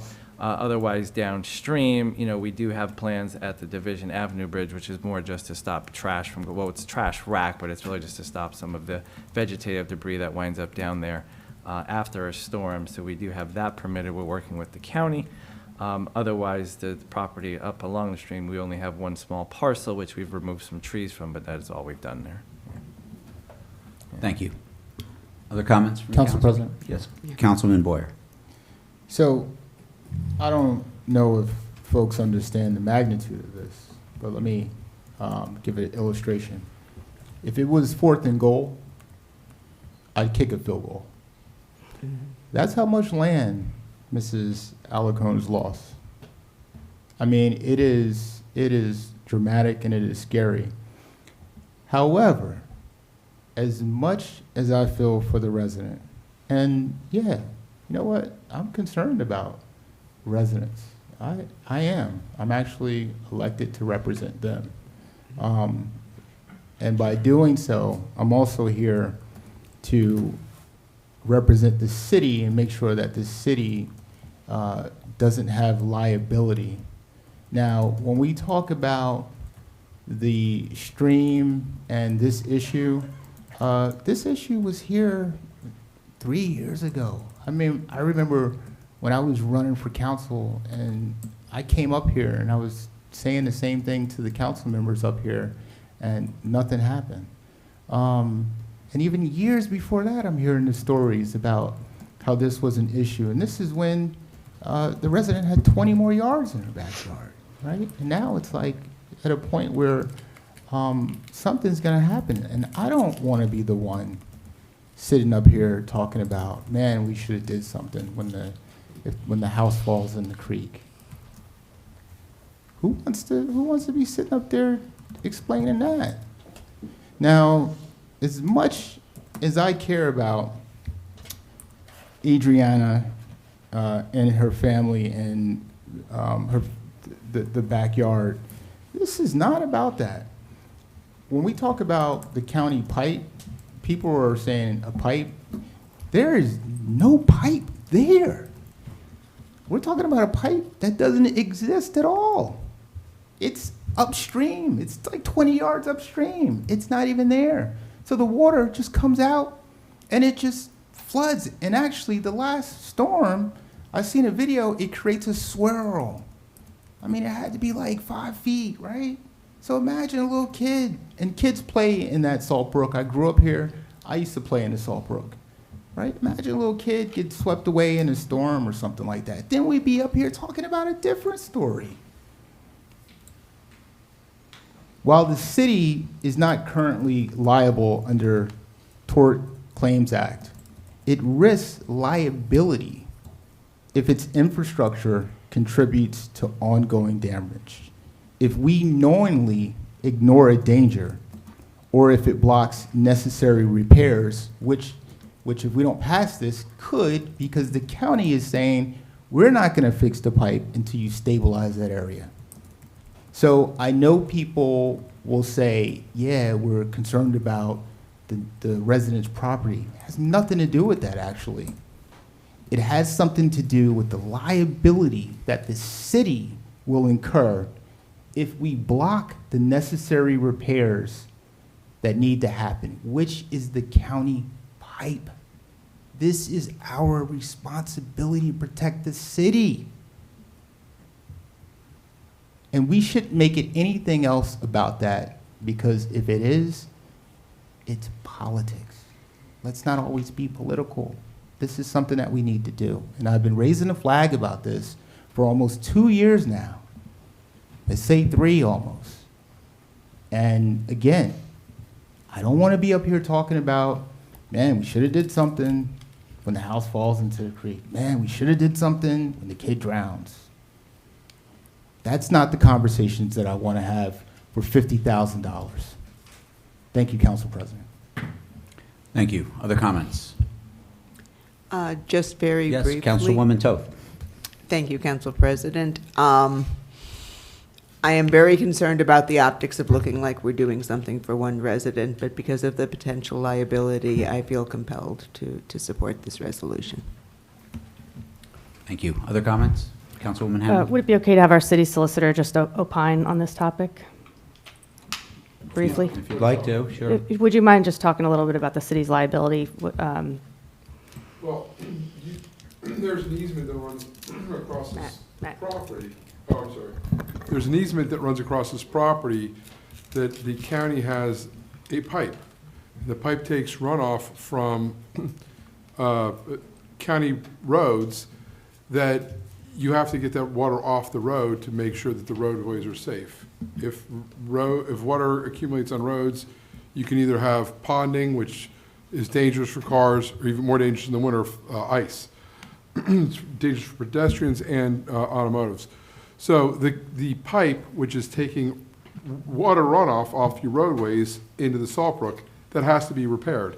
The only way you can repair it is by stabilizing this one portion of the bank where the pipe runs into. So what the city is doing in conjunction with the county is to repair a current county pipe easement that takes runoff off of city property that all residents and visitors enjoy. So to do nothing puts the city and the county in harm's way because we have to get the water off of it into a stream that then dumps into a river. So it's our recommendation that you guys do go forward, working with the county, to merely stabilize it. The actual repair of the pipe, that's the county's responsibility. Thank you. Thank you. Other comments? Council President, real quick. Yes, Councilman Boyer. Councilwoman Hamlet, just so that everybody knows, and maybe you can do this a couple of meetings from now, we need to stabilize the entire Salt Brook. I mean, we've had conversations even a year ago with New Providence, with our congressman, I mean, with the Army Corps of Engineers. It's not like we're just focused on this one area, right? This is a long, process which we know that we need to get involved in, right? I think, Director Schrager, can you tell us the last time when our watersheds were surveyed? It had to have been, how long ago? Probably over 50-something years. No, through you, Council President, so we have, I mean, just to kind of shed light on the Salt Brook, is the drainage area is approximately 1 square mile, which means basically 1/6 of the city does convey its stormwater through there. So we have some idea and concept that we've drawn up of what the watersheds actually are. And in this case, it is, serving as a system for the city's stormwater runoff, which is why it is generally, a fast-hitting event that happens there. I mean, people who live in the Salt Brook will tell you it comes up very quickly. If you go the next day, it's right back to being a trickle. Unlike, Passaic and Rockaway rivers where it's, 12 hours, 24 hours later that it hits peak. This basically hits peak as the peak rain is hitting, and then it goes down very quickly. As a result, though, you have a high velocity, which does result in more prone to erosion and bank impact. So that's just kind of sums up the watershed that this is in. So it is a large watershed. It's the city's largest that does go to the stream. We have pursued, Army Corps has been out. Unfortunately, with the Army Corps, is it work they do? Absolutely. Is it work they'd be excited to do? Absolutely. You're competing with 50 other states as well as our territories where the problems might be more significant or impact lives and houses more readily or more quickly. So nothing has trickled down from there, but we do reach out when we can, and they have been out when they can. So that's kind of the challenges that we're up against. Yeah. Thank you. Yeah. Other comments? My only big comment on this would be, I do share concerns and optics around, as sad it is, and I went and saw the backyard, Miss Alicon's, and it's disturbing. It's a lot of erosion. But I do think, it's a slippery slope, one that I don't think the city should go down around, fixing erosion problems on private property. This is different, though. It just is. There is a county pipe. This is about public infrastructure. That's why this is different. The county can't do anything, and as our attorney pointed out, that pipe services, water runoff for public roads, that entire area. If we can't get the bank stabilized, they can't do that work. That's why this is different. This is an investment in public infrastructure. It's not an investment. As much as I'd love to help out private residents with erosion, it's not an investment in private property erosion mitigation. That is not the city's business. The city's business is to facilitate public infrastructure improvements and such, and that's why I do support this. We need to do that. I think the benefit of it will be to help that poor resident, because it is sad to see all that erosion happen, and no one. It's horrible to go through when you own your property and that happens. But so there's a huge benefit from that, but we do have to make sure that we're focused on our infrastructure, and this does do that. So I do support the resolution. All right, all in favor? Aye. Opposed? Motion carries. All right, next capital projects resolution number 5, Councilwoman Hamlet. Actually, we're going to have Councilman Boyer do this one. Right, Jimmo? I wasn't prepared yet. Oh, sorry, I thought you were doing doing it. I can do 3 it. and 1, and No, I can do it. no, I'm just. You sure? I thought you wanted to do it. No, it's all right. We were initially going to take it off, but now we find that we can change it, so. Well, do me a favor. Why don't you read it, because I want to make an amendment. Okay, fair enough. Okay. Resolution ID 11962, whereas in a memo May 29, 2025, the Director of Division of Engineering and Public Works states that due to the success of the original dog park, which was established in 2022 at the transfer station, the city is exploring the possibility of installing permanent dog parks at other locations, which could offer residents in other parts of town easier access and longer hours. Whereas the director recommends setting up temporary dog parks at Memorial Field near the parking lot by the tennis courts on July 11th and 12th, 2025, and at the southeast quadrant of the Village Green on July 25th and 26th, 2025, to evaluate public interest in the same. Whereas the director will seek feedback from users of the temporary dog parks to assist in determining future decisions. I would like to move this resolution, and then we're going to amend it. Council President, I need a second first. do I second before I Second. motion? Yes. Second. Thank you. Okay. Do you want to make a motion now? Yes. Okay. Council President, I move to amend the resolution. And just to explain, taking into consideration of Councilman Smallwood, who said, you know what, I support this. However, having it 48 hours is just such a short period of time.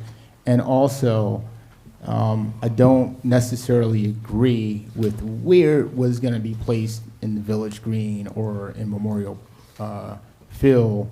So this is where this amendment or motion to amend comes from.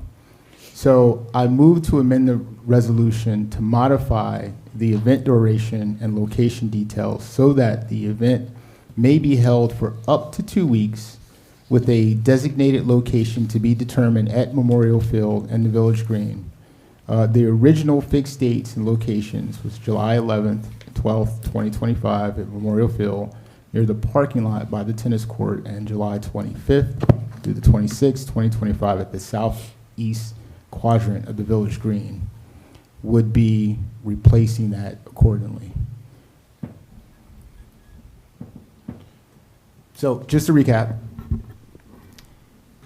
I'm making a motion to amend the resolution to modify the event duration and location details so that it's up to 2 weeks and with a designated location to be determined at Memorial Field and the Village Green.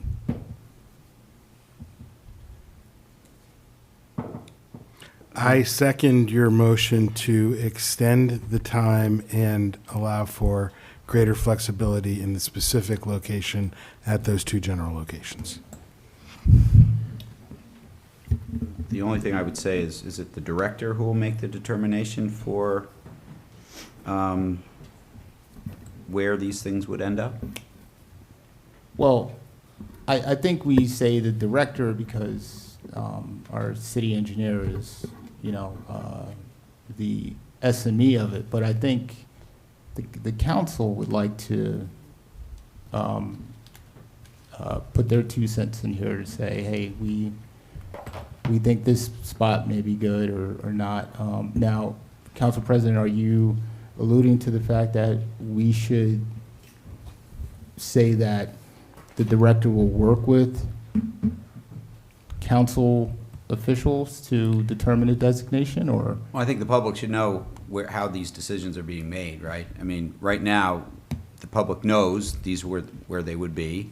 We're not going to have another meeting about this just to talk about where these go, right? I mean, I think if it would to say that the director working with the CAPS committee will, determine the location. That works. Councilwoman Hamlin? No, I was just going to say, just to clarify, we identified the time issue in committee, but we didn't have time to change it by the time the public packet was came out. So we quickly identified that one day would not be nearly enough to engage with public feedback. So it's going to be a lot better to give feedback for a couple weeks. All right. So I think what we'll vote on is just this motion to amend the resolution, and then we would vote on whether to adopt it. Is that right? Yes. Madam Clerk? Okay, so all in favor of amending the resolution? Aye. Aye. Opposed? All right, so we're going to, okay, so now I'm going to ask the public, do you have any comments you'd like to make on the amended resolution? All right, council, comments Yes. on the amended resolution? Councilman Boyer. Just, so Summit is a pet-friendly town.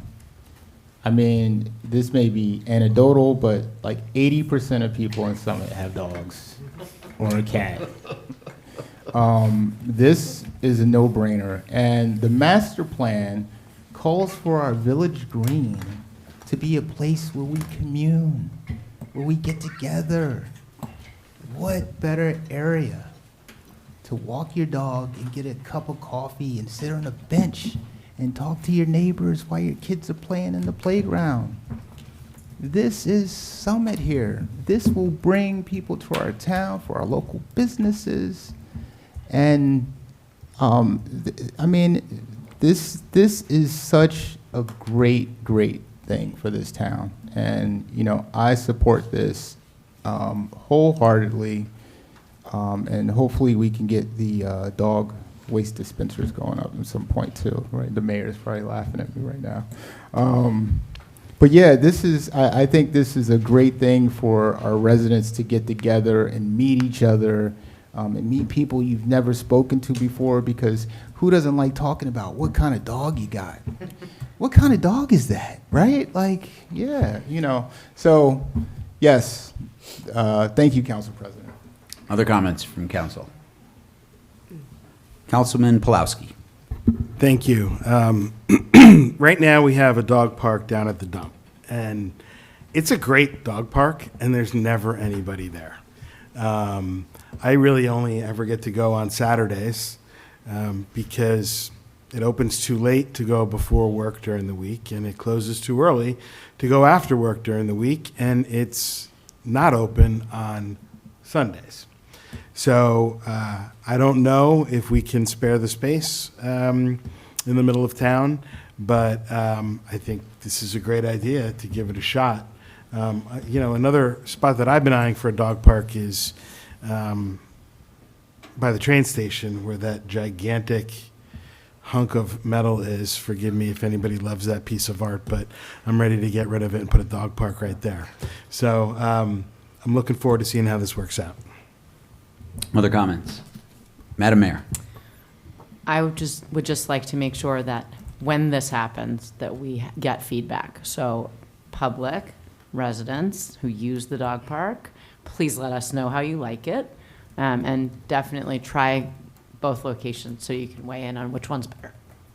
Thank you. Yeah, I would just say similarly, I think extending the time from 2 days up to a couple of weeks, you need data. These are pop-ups for a reason. They're not supposed to be permanent. If people love them and they work out, and I'm sure there might be some people concerned with animals on the green and such like that, we'll see. Yeah. That's why you do it for a little bit. Yeah. But in addition, I think my wife does use the dog park at the dump. She really likes it. We have 2 dogs, so that's one thing. And secondly, the Memorial Field one, there's kind of an informal doggy play date there every morning already. So I think this will be nice thing for the people around there as well. So yeah, I'm all for it. Councilwoman Toe. Thank you, Council President.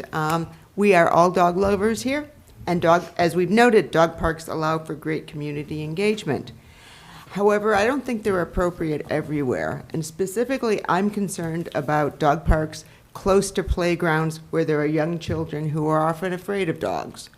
Our existing dog park was located at the transfer station specifically so that it didn't interfere with other recreational activities. We have other places in town that fit those characteristics. I'm thinking of the 4 vacant lots at the city-owned lots at the corner of Oakley and Springfield Avenue, where there's woods, there's paths. And so I think that if we want to test pop-up dog parks, we should seek out locations that aren't really close to very young children. And so I support the concept, but I don't think that I can support this resolution as it's currently drafted and amended. Thank you. Councilwoman Hamel. The only thing I would mention there, Councilmember Toth, is that location is right next to a school.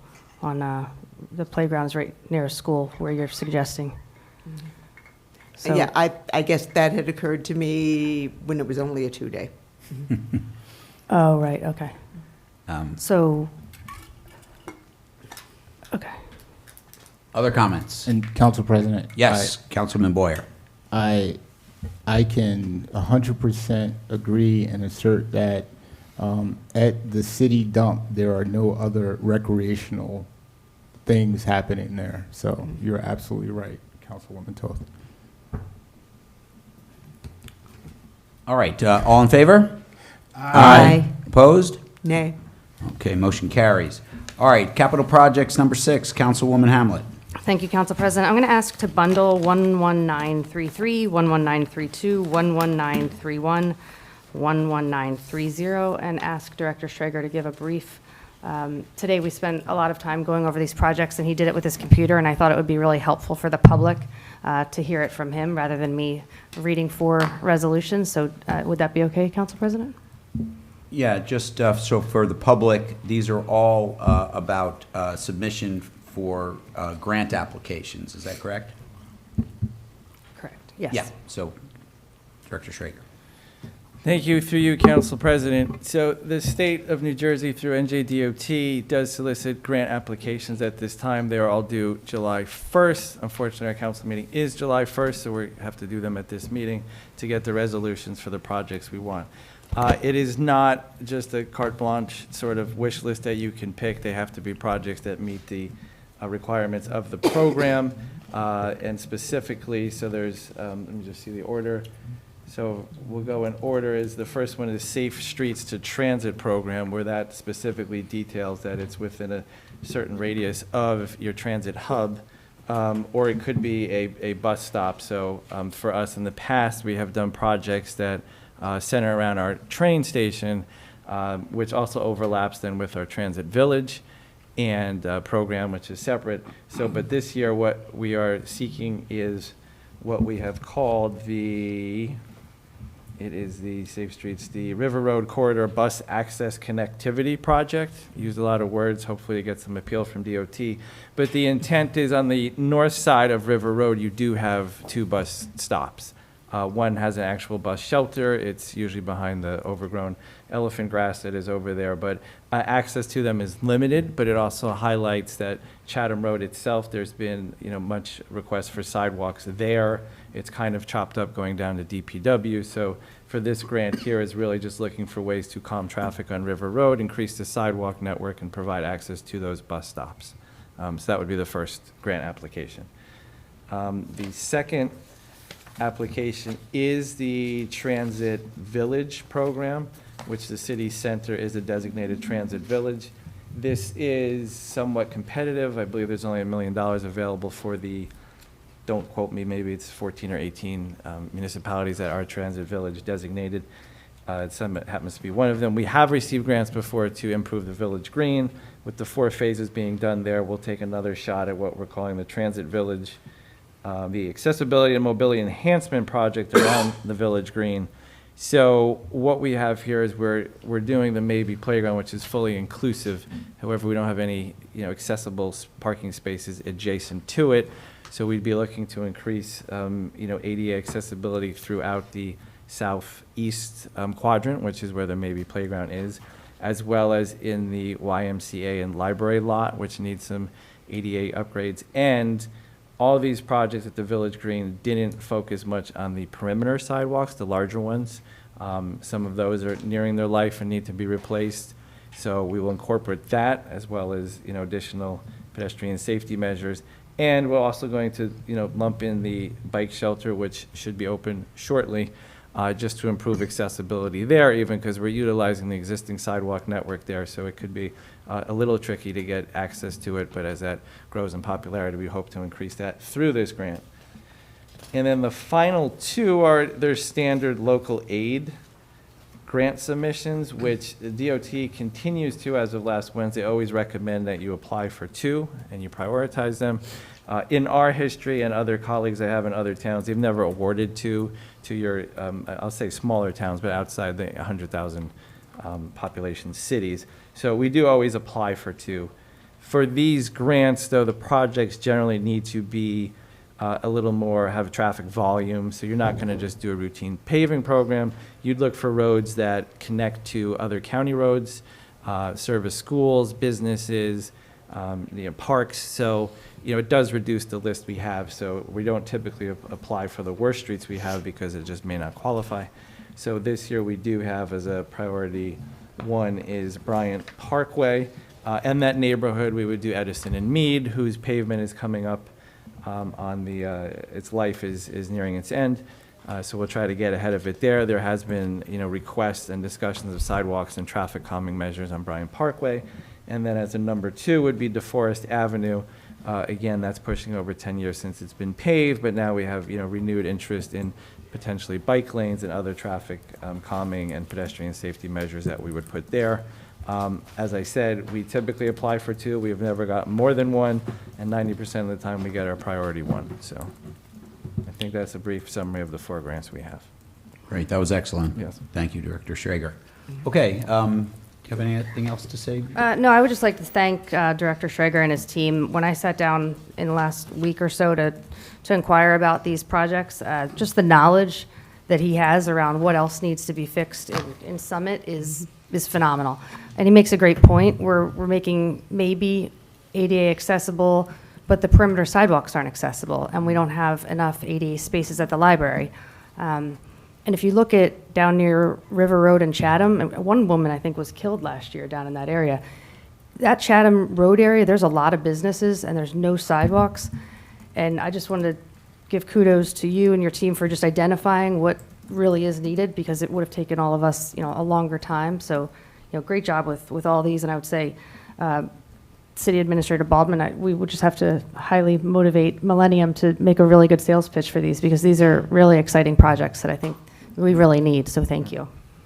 So, with that being said, I am bundling, these are resolutions 11933, 11932, 11931, 11930. I'd like to bundle those, Council President, and move for a resolution. Do I have a second? Second. All right, comments from the public on those resolutions? Comments from council? Councilman Boyer. Briefly, one of the keys to these grants is that there are no matching funds. Right? And that is a huge thing. So these are all 100% coming from the grants. The city does not have to match these funds. The forest, I think, is in need for some traffic calming measures, so I look forward to that. Passaic Avenue, as Councilwoman Hamlet intimated, needs some sidewalks. There have been residents dating back, a year ago that says, listen, I can't cross the street because the sidewalks are not connecting. There are strips of Passaic Avenue where there are no sidewalks, and it's definitely dangerous. Bryant Parkway, another good one. So this is, to Councilwoman Hamlet's point, I really hope that we get these grants. They would be really helpful for our town. Thank you, Council President. Thank you. Other comments from council? All right, all in favor? Aye. Opposed? Motion carries. All right, we're moving on to Capital Projects Resolution number 10. Councilwoman Hamlet. Okay, I think this might be my last one, so hold your breaths. Real quick, Council President, I just wanted to discuss this resolution or explain it. It's a little complicated for a couple different reasons. This is 11882. This is regarding the recreational open space inventory. This is a foundational document required by the New Jersey Department of Environmental Protection and Green Acres program. So it basically lists all the lands within a municipality or nonprofit's inventory that are preserved for recreation and conservation purposes. What I will say about this specific recreational open space inventory, when we received the funds for Maybe Playground, which are Green Acres funds, $750,000, we're required to update our recreational open space inventory, which we updated last year. However, to further complicate it, Tatlock and Martinsbrook Park, after 4 weeks of discussion, are one parcel on the tax map. So in order to be compliant with Green Acres, we have to include block 4011, which is all of Martinsbrook and all of Tatlock, on the recreational open space inventory. So that will go to the planning board. There are other parcels which I really think need to be on here, but in order to get the funding from Maybe Playground, we had to update at least this piece. So it took a while to get this right, but there's a reason why we're doing it this way. It would be really expensive to subdivide that lot right now, and it would just be very complex. I also just wanted to note that in the memo here, there is a Scrivener's error, which I just wanted to point out in the last sentence. It says Green Acres has confirmed that the improvements currently being considered at Tatlock would be impacted by this change. And after speaking with Director Schrager today, we both agreed there should be a not in there, would not be impacted. So because all of those funds are not going to be encumbered by Green Acres because they weren't funding the Tatlock piece. So I hope I was clear. If I wasn't.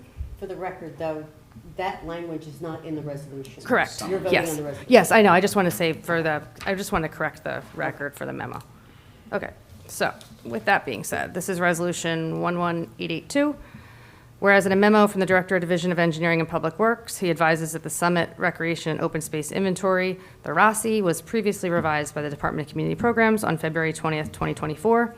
Whereas it was discovered by NJDEP Green Acres that the area of Martinsbrook Park, the map currently appears as including only 5 acres of the park and should actually reflect the entire area, which is closer to 30 acres.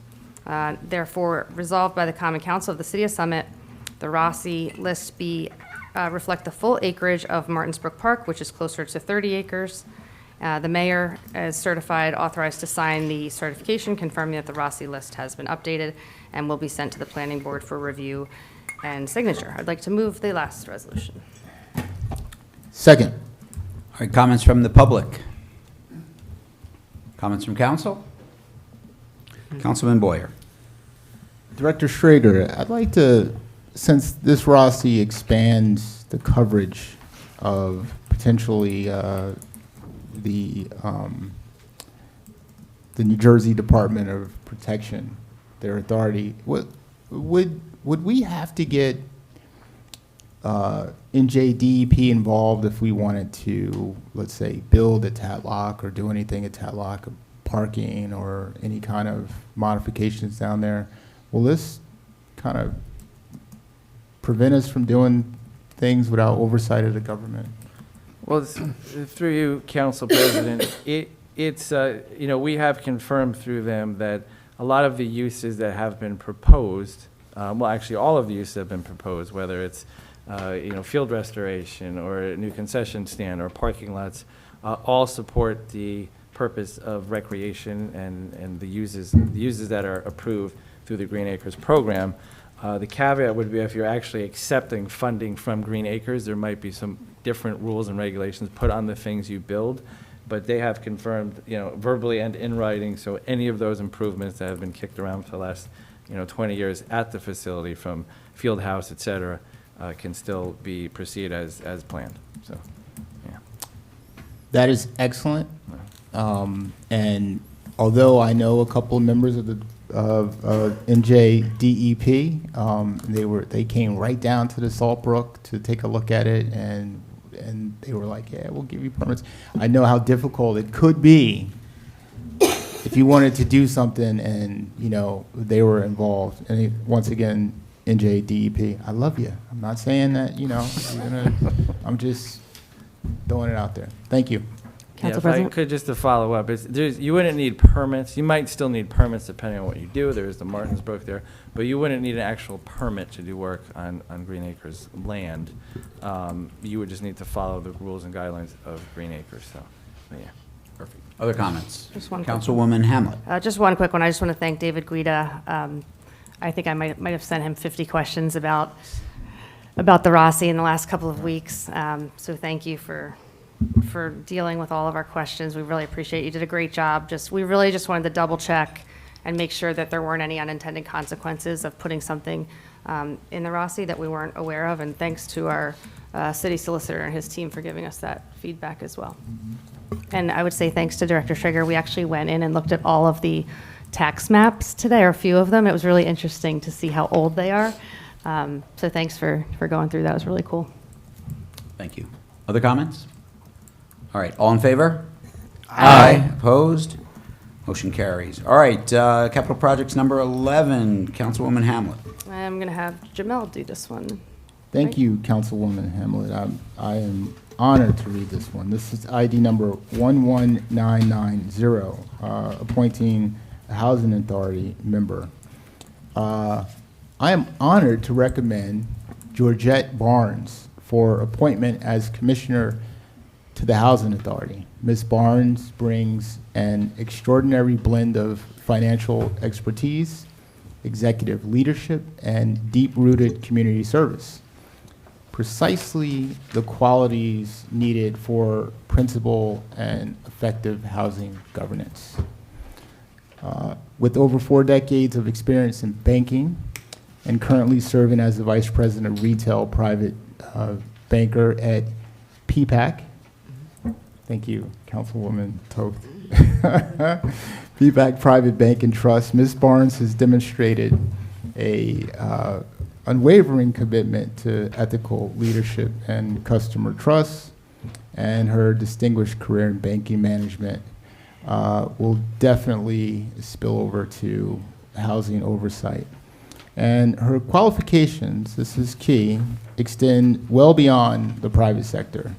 For the past 13 years, Mrs. Barnes has volunteered as Executive Director of Premier Community Development Corp., a nonprofit working under the Housing Authority of Plainfield. So this role has placed her at the heart of housing advocacy, neighborhood revitalization, and public accountability. And this is key because now she can offer firsthand insight into the structural and social challenges confronting the residents and administration alike. On a personal note, and I didn't know this until I actually spoke to Mrs. Barnes, she said, "Jamel, I remember you when you were a kid. Your sister used to come over to my house down on Russell Place," and she says, "I know your mama Edna," and I said, "and your sister Simone." I was like, "Oh, you know my family." So it's a 360 circle, and she is a graduate of Summit High School and has been a pillar of this community for a long time. So I enthusiastically move this for adoption. Do I have a second? Second. Comments from the public? Comments from council? All in favor? Aye. Opposed? Motion carries. All right. Well done, Councilwoman Hamlet. We're moving on to finance. Councilwoman Toth has a few tonight as well. Okay. Let's start with number 1. Well, thank you. And before I get going, interns, if you thought that was fun, it gets worse. Please go home. You could watch from your couch. I mean, Yes. just saying. Okay, this is Resolution ID 11965, and this resolution rolls over existing bond anticipation notes that are coming due.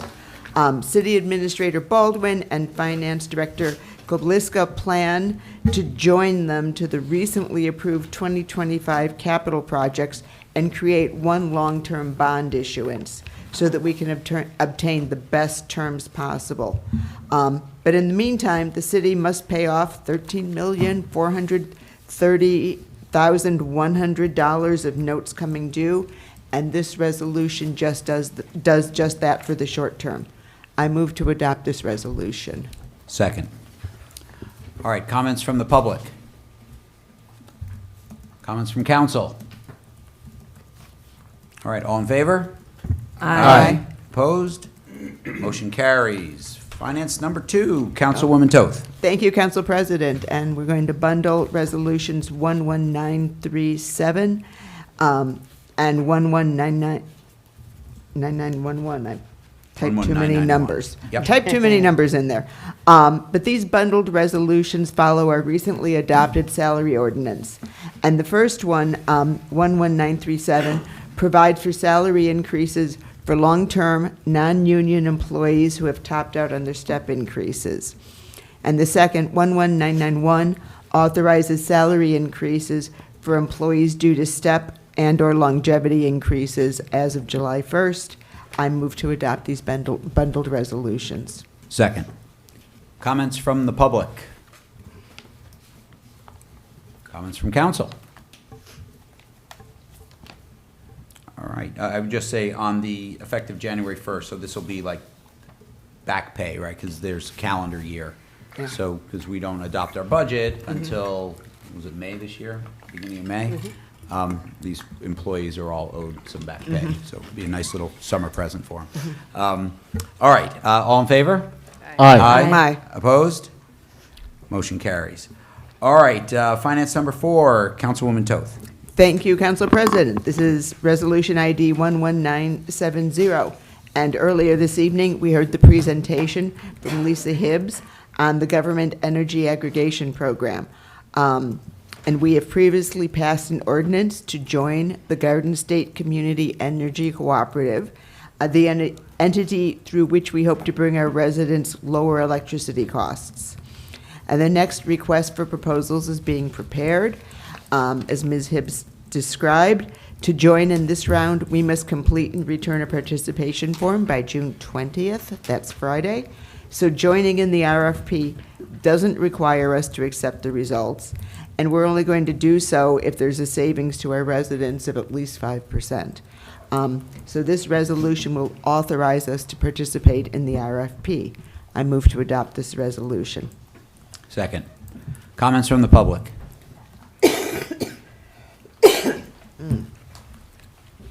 Good evening. Tom Zieber, 768 Springfield Avenue. First and foremost, to Council President McTiernan and Councilman Pulowski, Boyer, and Smallwood, I hope you all had a wonderful Father's Day. And I just wanted to say I think it's really terrific to have local leaders who set an example not only in their roles behind the dais, but as parents too. And that, of course, applies to our other council members and mayor as well. I'd just like to commend and thank the council for its decision to establish an energy aggregation program and join the Garden State Community Energy Cooperative back in March. One of the things I've admired most about this council is its commitment to putting residents first, and these measures do exactly that by providing for potential savings on utility costs at a time when they're rising statewide. There's a lot of pressing issues in our city regarding affordable housing, proposals for new development projects, and public safety, and it would have been easy for something like this to fall through the cracks, but I'm hopeful that council will move forward with authorizing the completion of the participation form to Concord Energy Services, indicating Summit's intent to be included in the cooperative's upcoming energy auction. As a resident, I truly appreciate all your hard work in connection with this initiative. Thank you. Thank you. Other comments from the public? All right, comments from council?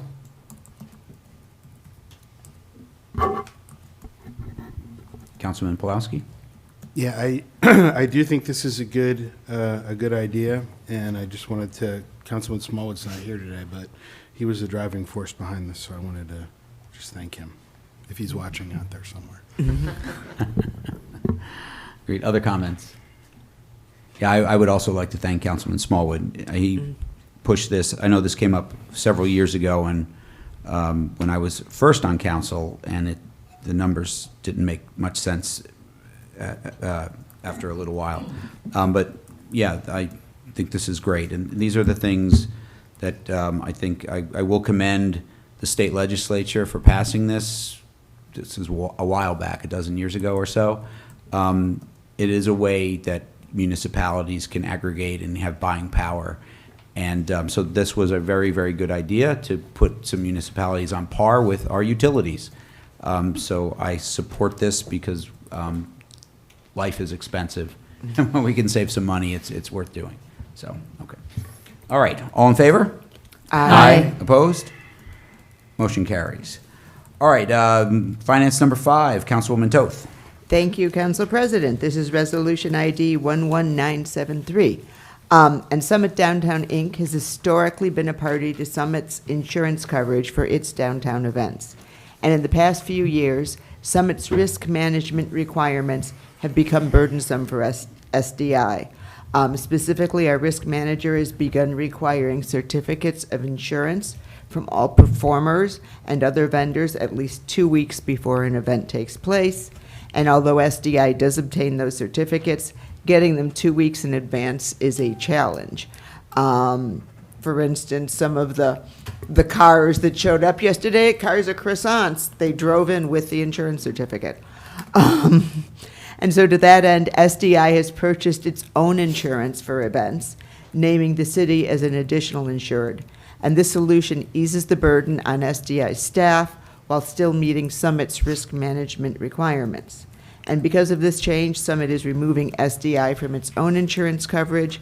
This will not increase our financial risk. I move to adopt this resolution. Second. Comments from the public? Comments from council? All right, all in favor? Aye. Opposed? Motion carries. All right, last one, finance number 6, Councilwoman Toth. Thank you, Council President. This is Resolution ID 11992. Civic Plus LLC provides Summit with multiple technology products for which we pay more than $17,500 each year. So adding to that total annual payment requires a council resolution. Social media archiving services will allow Summit to retrieve all versions of a social media post by the city or a council member in response to an Open Public Records Act request. This is more efficient than reaching out to individual council members or former council members to ask them to produce all versions of a post. And further, because the city is responsible for accurate retrieval, it should manage the process. The cost for this service is $3,487 per year, and the funds are available. I move to adopt this resolution. Second. Comments from the public?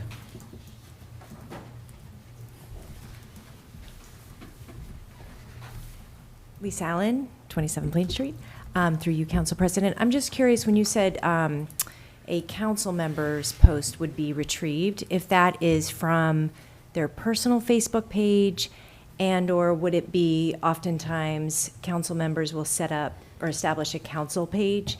So which Facebook pages, or would it be Instagram, Facebook, TikTok? I don't know. So which social media sites, and what do you qualify as archivable when it comes to council and elected officials? Thank you. Other comments? All right, comments or questions from council? I was going to say, Yeah. perhaps City Administrator Baldwin can do a better job of answering, responding to some of that than I can. I know we had this discussion last week in Finance. We did, and through you, Council President, I actually, if Jenny Huff, our Communications Director, doesn't mind weighing in, she has attended some lengthy seminars, and I think she's better qualified to answer than I about these questions with the social media archiving. Do you mind, Jenny?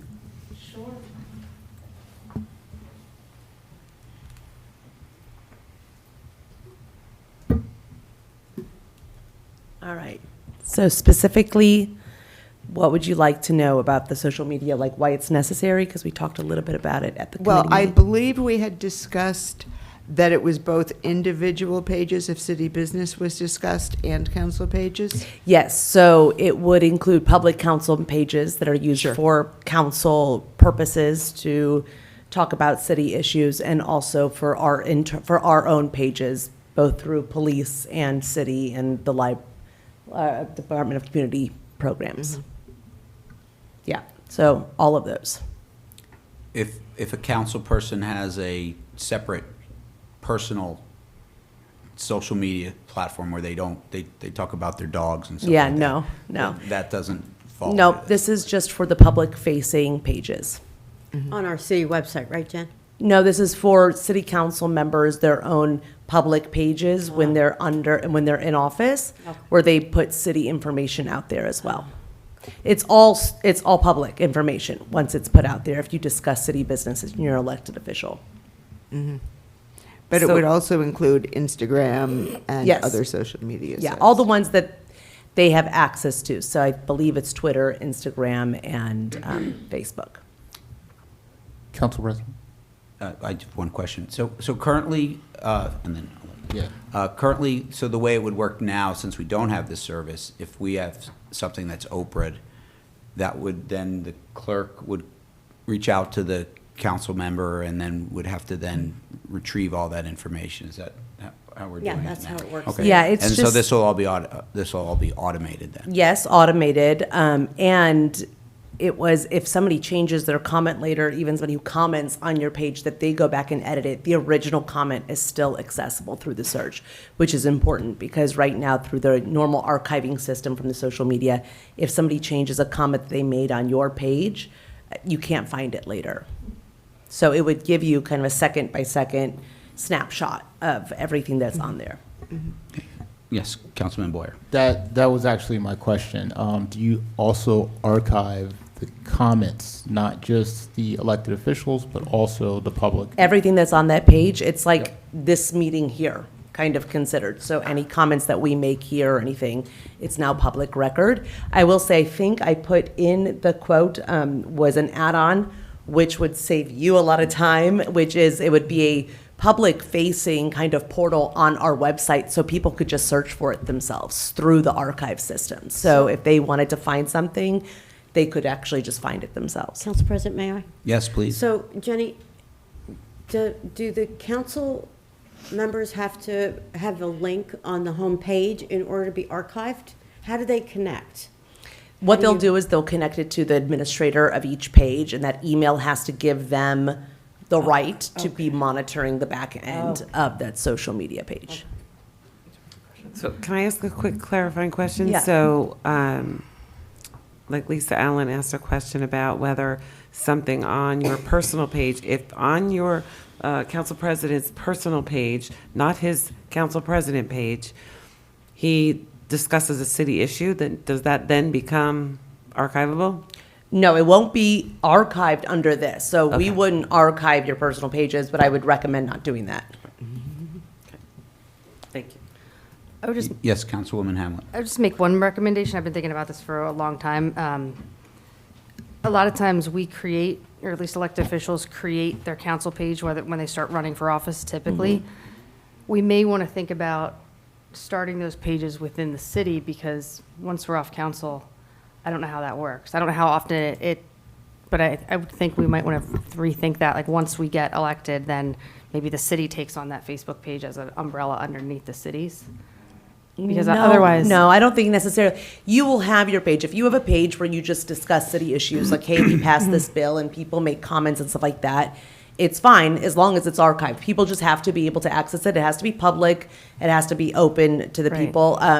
If I'm even doing the city's page, it's not like I'm not protected necessarily. I'm also held liable to make sure that what I'm putting on there is searchable and findable later. So it's all the public forums. So I wouldn't necessarily mean that we would have to run it. It's just that it's your public page while you're in office. When you're not in office, Okay. it's not archived anymore. Perfect, thanks. And Councilman Boyer, please. Because then you're an independent citizen. yeah, I agree with all this because, like, going back and trying to find stuff is, who's got time for that, right? But if I give my admin rights to the city, it's just so explain that. I'm not. You wouldn't give your giving- admin rights to the city. Okay, so it's a. So this just covers elected officials and protects them and their pages when they're elected officials, because you're held to a different standard than a private citizen. A private citizen can talk about what they want on the city all they want and public policy, and they can delete comments and hide comments and change comments. But when you're an elected official and it's a public page and you're talking about city issues that you will vote on, then it becomes a public forum. Completely understand that. Yeah. But you made a comment that said that an email will go to the administrator of the account. Just to let them monitor your page for you. They won't do anything on your page, and I won't do anything on your page, except it will be able to take snapshots of everything happening on your page as it happens in real time, so that it's searchable later. Understood, but does that still give the city, like, let's say someone wants to make a post in the city, does that admin access give you the access to do that? Now, I'm not saying that somebody wants to do it, right? Wait, But what do you, just I'm sorry, saying- what do you mean? So,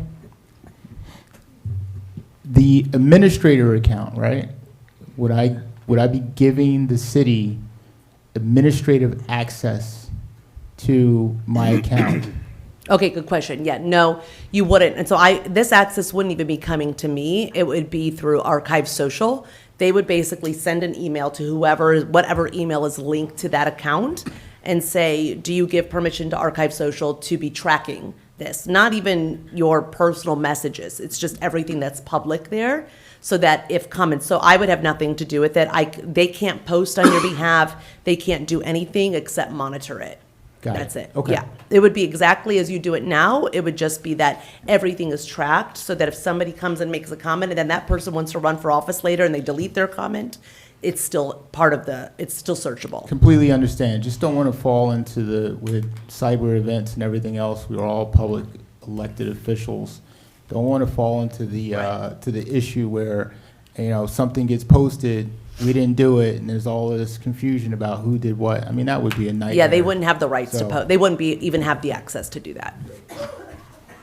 Thank you. Other comments? Councilman Pulowski. Yes, so as I understand it, this is really just to make our lives easier if we're ever called upon to provide something. So right now, I can access every version of every post that I've ever made, and I can produce them if I need to. But with this system will be monitoring me and everybody else along the way, so that I won't have to go through that. Right, and also, what you can't monitor is comments that other people make on your posts, and if they change it or delete it later, That doesn't show up in your archive system, but it is still public information because it was put on your page. So that's where the biggest benefit, and legislatures have like basically voted you have to have that archiving capability. That is all searchable. It's like if you come to a council meeting, if people get up and talk, we couldn't like delete those comments later. All right, other comments? Okay, thank you, Jenny. No problem. All right, all in favor? Aye. Opposed? Motion carries. All right, we're on to our consent agenda. Do I have a motion to approve the consent agenda as presented? So moved. Second. All right, comments from the public on our consent agenda? Comments from council? All right, all in favor? Aye. Opposed? Consent agenda passes. All right, so at this stage, I'll, our city officials, if you guys want to head home. Thank you for staying as late as you have. Much appreciated. Council President, before the Director of Finance leaves, I just want, You almost got out, Jen. Wow, so close. Director Kobliszka, I just want to thank you for your service and for you to know that we know what you've been doing and all the hard work that you've been putting in. We talk about you, and we recognize the help that you've been providing in the finance department, and we appreciate you. So thank you. Thank you. Yes. Thank you. Good comments. Now run. Now go. We go. Now get out of here. Yeah. Howard's like, come on. Thanks, Aaron. Thanks, Jeff. Thank you, guys. Thank you, guys. Thank you. Wow, the interns won't leave. Gosh. They really are interested in Goodness government. gracious. All right. We are on to our public comment section of our meeting. This is an opportunity for the public to make any comments on things that were not on the budget. I would just ask that as you approach the dais, you state your name, your address, and please limit your comments to 3 minutes so we can get through everyone's. So, anyone from the public like to comment tonight?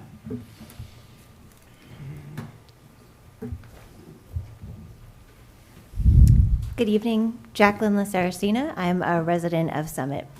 I'm here to ask a few questions about public safety. The police protect the community, and we are so fortunate to have a truly excellent police force here in town.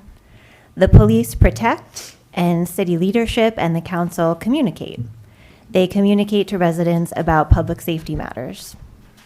I believe it's the case that in the last month or so, we've had 3 home invasions, Ashland, Sunset, and Larned, in addition to some number of attempted home invasions and car thefts. I feel the community needs more information so we can make better decisions about how to protect our homes.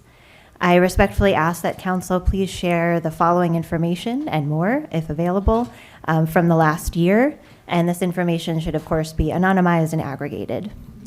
At what times of day are the home invasions and car thefts occurring? Are the criminals entering through back doors, windows, garages? Do the homes have alarm systems? And are the alarm systems turned on at the time? Do the homes have security cameras that are capturing images that are helpful to the police? Where cars are stolen or attempted stolen, did the homes have key fobs in a Faraday box? And where were the cars parked? Separate but related, it's been about a month almost since the incident at Walnut Street. Would appreciate knowing when the community can expect an update on the results of the internal investigation. And respectfully, the large piece of metal near to the train station is called Louis.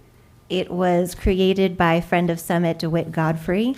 I think actually, Madam Mayor Fagan, you may have generously sponsored Louis at the Summit Public Art Gala a few years ago. It is brought to us, it is made possible by the dedicated volunteers and generous sponsors of Summit Public Art, of which I am a member myself, full disclosure, and I would encourage everyone to go and check it out. Thank you. Thank you very much. All right, other comments from the public?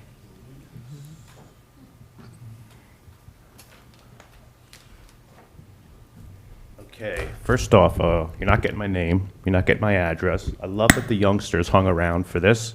You guys are going to learn something today. I don't like how you encourage them to leave, to not see the public portion. I think that's disturbing, to say the least. The reason why you don't have to give your name is because we have freedom of speech. So when I come in here and I protect my Fourth Amendment right by not sharing my privacy, where I live, what my name is, that's covered under the Fourth Amendment. The reason why it's covered under the First Amendment is because you can't force me to give my name or my address, because we have freedom of speech. Okay? So remember, these people work for you. Address the council. Absolutely. And I do want to say, I think it's very, I don't like how you always look at the clock. It's 3 minutes to speak. It's not enough time.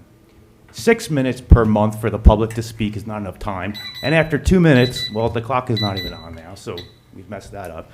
But you have to start it at 3. I need to have 3 minutes. You'll get your 3 minutes. No, She's I good at what understand, she but does. the problem is I you, said it at 3. okay, but after 2 minutes, when you look at the clock, it's subconsciously like rushing the speaker.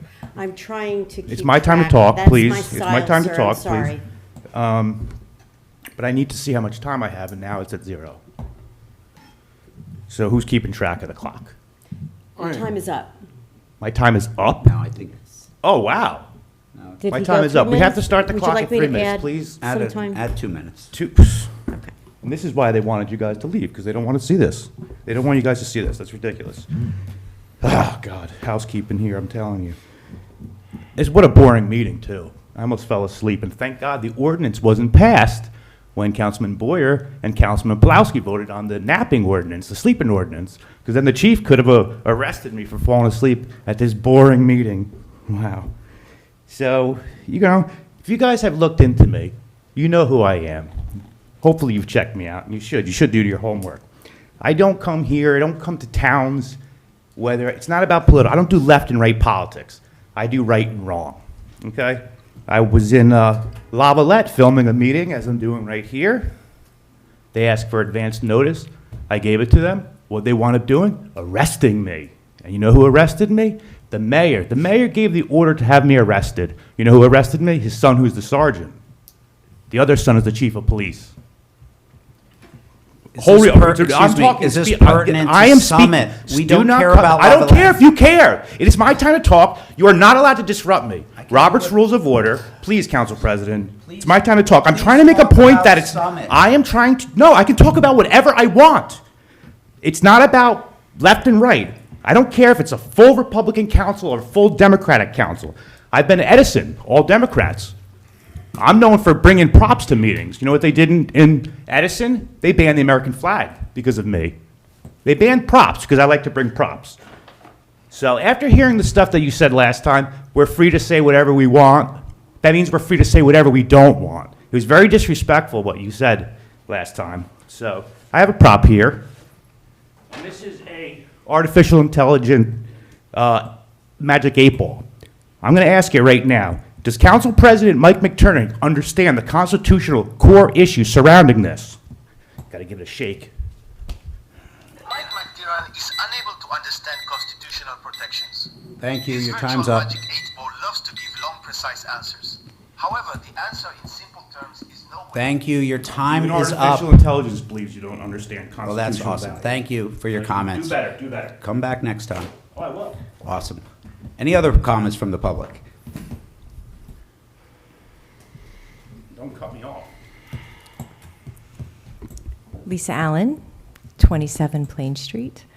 I just wanted to say that, through you, Council President, thank you. I heard a comment about public safety and the concern about public safety.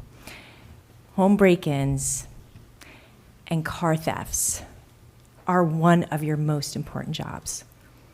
And keeping this community safe is job number one. And I know how hard it is to make legislation at a municipal level that keeps the community safe.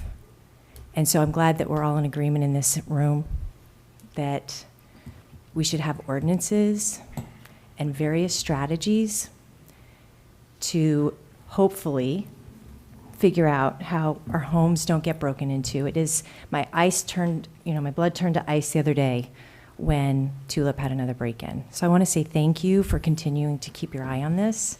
I want to say thank you, even though I shouldn't, for the 12 affordable units in the church. They put their money where their mouth is, and that is phenomenal. And that's the kind of creative thinking that we need to keep focusing on and keeping at the forefront.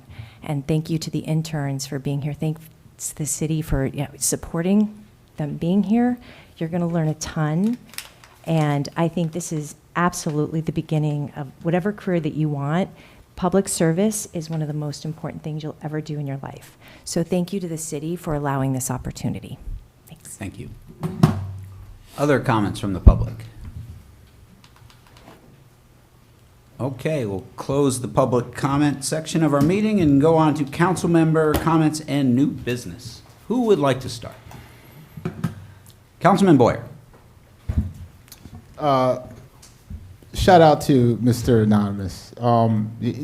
Listen, I watch Audit the Auditor like all the time because listen, I believe in people's rights. They're important. I had I don't know if there's anybody up here that's taken more abuse than me in the last year and a half. But you know what? You listen to people, and it is what it is.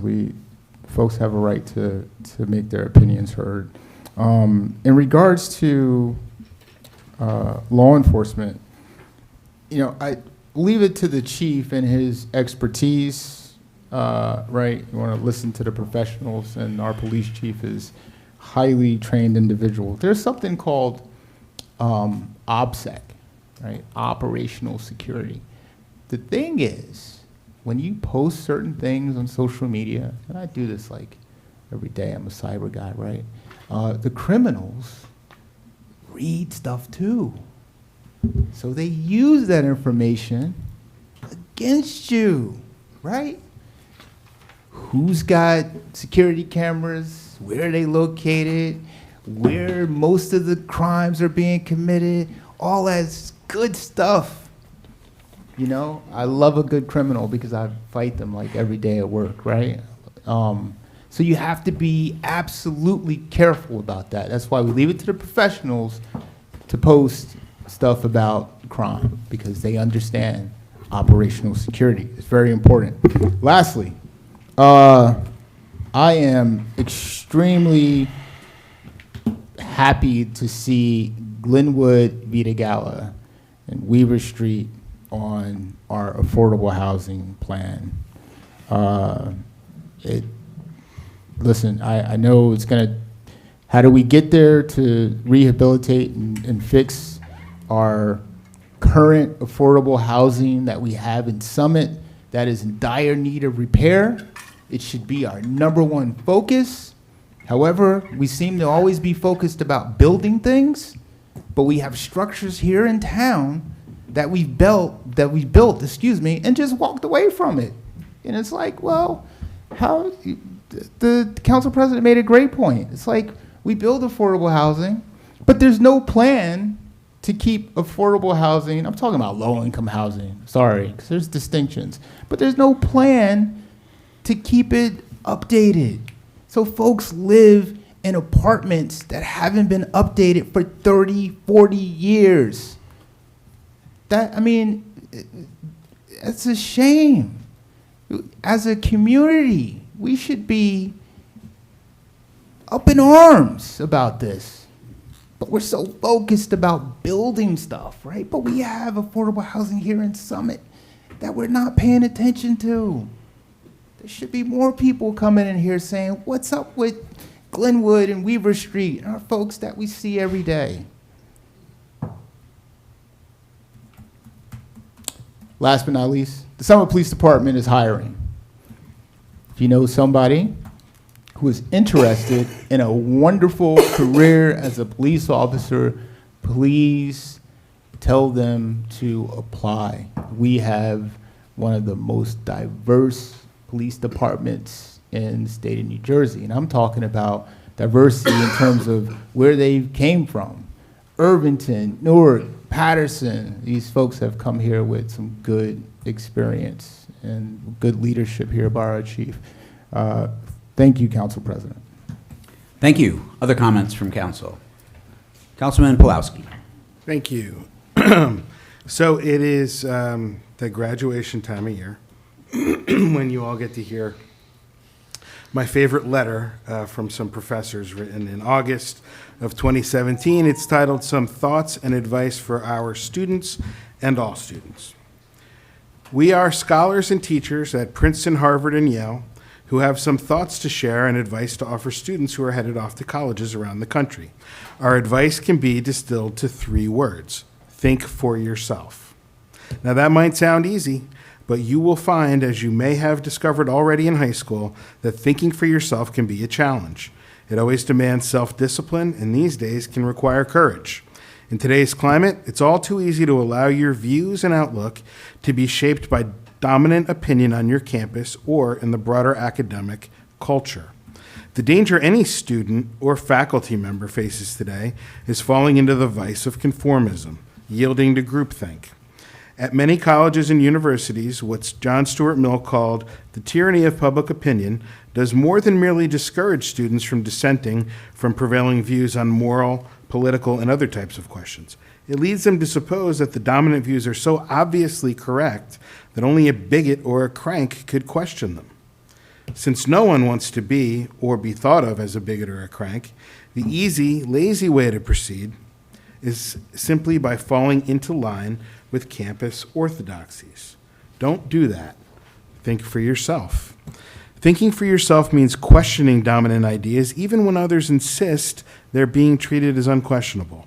It means deciding that one believes not by conforming to fashionable opinions, but by taking the trouble to learn and honestly consider the strongest arguments to be advanced on both or all sides of questions, including arguments for positions that others revile and want to stigmatize, and against positions others seek to immunize from critical scrutiny. The love of truth and the desire to attain it should motivate you to think for yourself.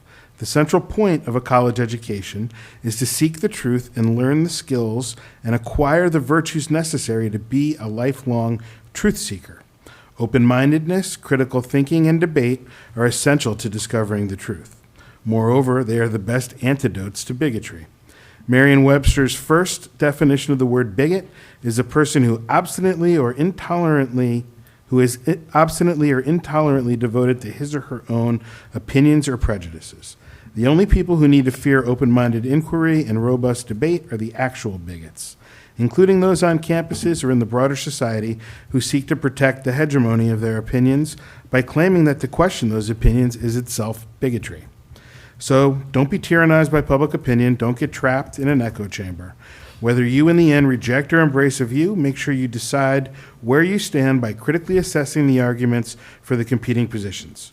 Think for yourself, and good luck in college. I got more. Graduation parking. Tomorrow is the middle school graduation, which is going to be down at Tatlock, and the day after is the high school graduation. I ask that everybody please follow the parking directives that are down there. There will be additional signs in place. We don't park on top of stop signs, we don't park on top of corners, and we don't park in front of other people's driveways. I will call the police myself and ask them to ticket you if you do. So plan ahead and be courteous to our neighbors. Finally, two more things. I want to agree with Jamel wholeheartedly about the Summit Housing Authority. We need to do everything that we can to help them get money to renovate. It's hard when we have these threats of builders' remedy lawsuits and fair share housing all over us to remember what's really important, which is taking care of the people who we have here right now in our public housing who need our help, rather than developing some gigantic building so that a small portion of it can be affordable. And thanks for reminding us of that always, Jamel. Finally, I want to congratulate the boys and girls lacrosse teams. The girls are done for the year. They are Group 3 champions, defeating Morristown by scoring a goal with 1 second left. I was there in the pouring rain. It was a pretty good crowd and lots of fun. And the boys won as well, but the boys are continuing on in the Cursed Cup, which is the privatized tournament of champions that Coach Davidson and Coach Flynn and some others put together after the NJSIAA got rid of the Tournament of Champions. So Summit will play its maybe arch rival, Westfield, at least in Union County, tomorrow at Kane University, 4:30, I believe. We're 1-1 against them this year, but they got us in the Union County final, so they're ahead of the game right now. So hopefully we can take them tomorrow. So come on out and see them. Thank you. Other comments from council? Council Madam President, Mayor. I would like to ask Chief Peters to come up and just address the residents' question. Please. Thank you. Chief? But I think she actually left already, so just to provide some context, on May 23rd, 2025, at approximately 13:20 hours, 2 Summit police officers received an alert on their mobile license plate reader advising them that a stolen vehicle had just driven past them on Broad Street. In an attempt to locate the vehicle, the officers returned to the area the vehicle was last seen and located it. Prior to initiating a felony stop, the officers relayed the license plate to our regional dispatch center, who confirmed it was entered in the system as stolen and actively wanted, which is a felony offense under New Jersey law. I understand the presence of multiple officers and drawn weapons can be unsettling to the driver and witnesses, especially in a residential neighborhood. However, when dealing with felony-level offenses involving stolen vehicles, there are inherent safety risks to both officers and the public. Officers responded based on information available to them at the time. Once the driver was secured and the scene was deemed safe, it was determined that the vehicle, which had actually been previously stolen, had been recovered by another police department and returned to the registered owner, who was a family member of the driver. Unfortunately, the police department where the vehicle was located never executed the removal of its stolen status in the system. As a result, the driver was ultimately released without charges. Now, in alignment with our commitment to professional accreditation standards and continuous improvement, all critical incidents, particularly those involving potential use of force or heightened public concern, are subject to a comprehensive internal command review. This review process includes a thorough examination of body-worn and dash cameras, officer reports, communication logs, and adherence to departmental policies and procedures. Supervisory staff assess actions taken to determine whether protocols were followed appropriately, identify any areas for improvement, and implement corrective measures or additional training if necessary. These reviews are an essential part of maintaining public trust and ensuring that our officers uphold the highest standards of conduct and accountability. Following the internal review of what took place on May 23rd is the determination of all reviewing supervisors, including myself, that officers acted in accordance with all laws, regulations, directives, and guidelines issued by the Attorney General and County Prosecutor, as well as agency policy and procedures, for what was considered a potentially dangerous and serious situation. I do want to take this time to commend our officers. They did a great job in reviewing all the body-worn camera footage and motor vehicle recordings. I got to be honest, it's a video that you could probably show in the police academy. That's how great of a job they did. Obviously, our heart goes out to the driver, found himself in an unfortunate situation. That's never our intent to expose anybody to that, but it was an unfortunate circumstance. In response to the other inquiries, I provided Councilman Boyer prior to last meeting, so these statistics only go through May. Unfortunately, they're a little out of date. But we are seeing burglaries and attempted burglaries to motor vehicles trending downward since 2023. At this point in time in 23, we had 30. In 2024, we had 10. And then again, till through the end of May, which has increased during the month of June, we were only at 3. I do want to echo some of Councilman Boyer's sentiments regarding operational security. That being said, one of the things I can say is we have seen a variety of different approaches. If you asked law enforcement 5 years ago, how do you solve the problem of stolen cars? We'd say remove your key fob and lock your doors. We saw a transition into a little bit more brazen approach. Once our residents got really good at that, they started entering residential dwellings. Obviously, the city of Summit is not alone in this revision to the process, to the criminal process. Which is why we've implemented several security measures, one being the fixed license plate readers. We also have mobile license plate readers. We utilize our technology, our drones, implement additional resources to the road when we deem necessary based on data. But one thing I can tell you in analyzing this data, the time of day might not be narrowed down, the day of the week, or the approach to doing it. We have seen, a target specific to the Range Rovers, Land Rovers, and BMW specific X Series.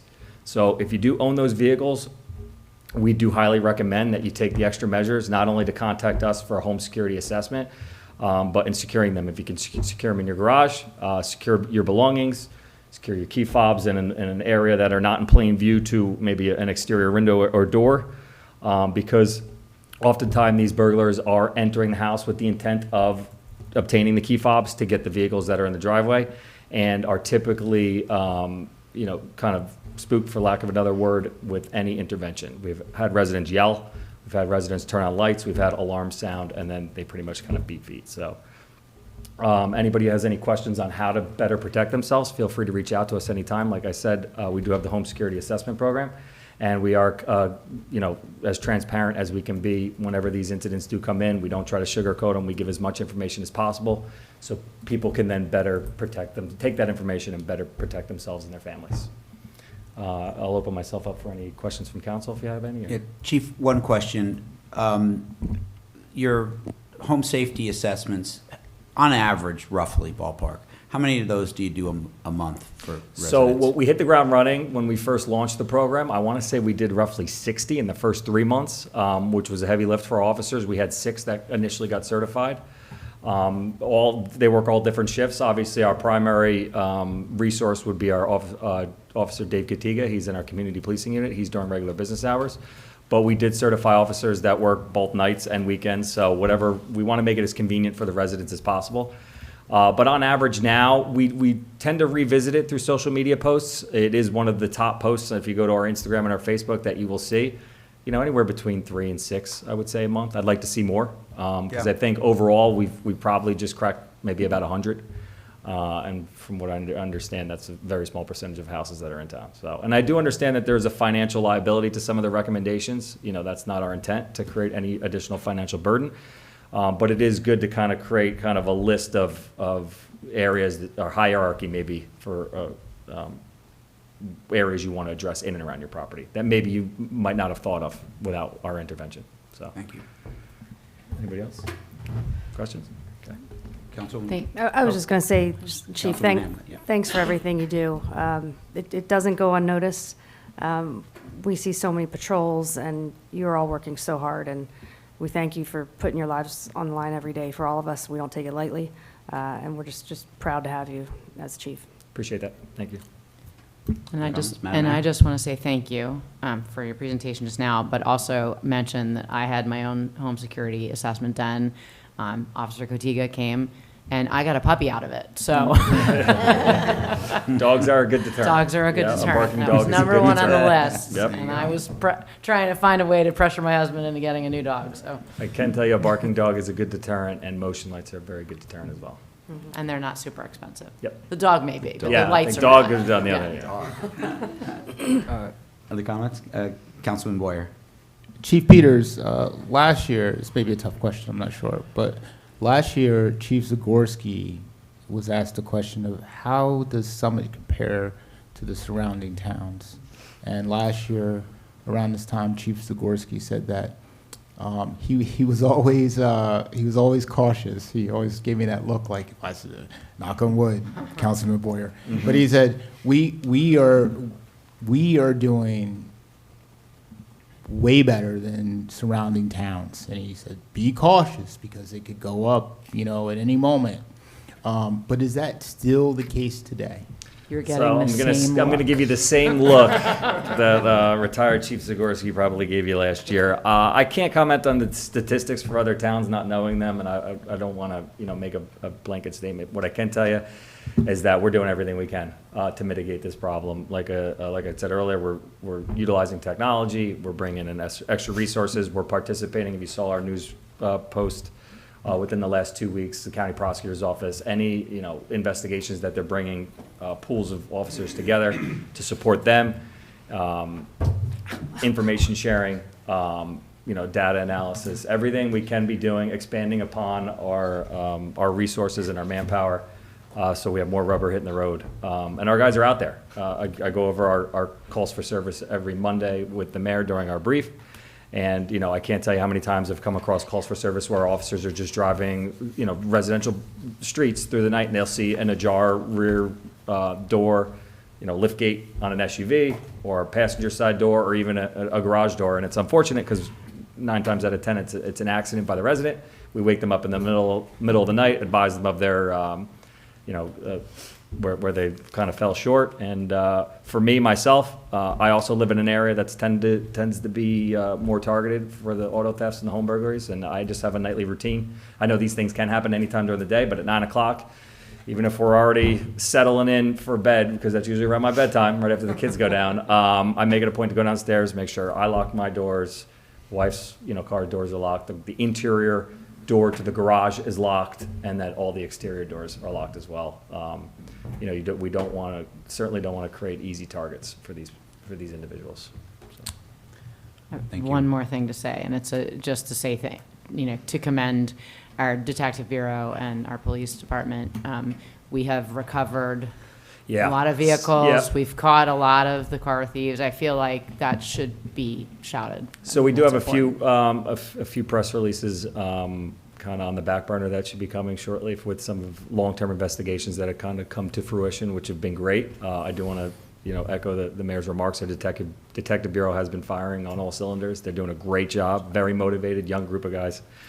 To the mayor's point, the vast majority of these cars that do get stolen out of the houses in town are recovered within 24, 48 hours. If they're not, they tend to be shipped off and in a container heading somewhere else. But our detectives they make it very known that if you're going to steal a car out of the city of Summit, we are going to make our way down to Essex County, or where these cars are last seen, through the license plate readers, and we're going to do everything we can to recover them in a very short period of time. Not only to make it less inconvenient for the homeowner or the car owner, but also to send a message that, hey, we're just going to not allow you to, if every time you come to the city of Summit and you take a car, it gets recovered within the next 6 to 12 hours, then maybe we just, I hate to say it, move on to another town, because, we're very proactive. I know there's a lot of chiefs that don't authorize their officers to pursue due to the risk of liability. There's a lot of chiefs that don't authorize their detective bureaus to go down to Essex County because it does, kind of raise a level of danger for them as well. But we're doing it. I can't not justify in doing it because we got to do everything we can. So, Thank you. Yeah, I would just say, one home burglary is one too many.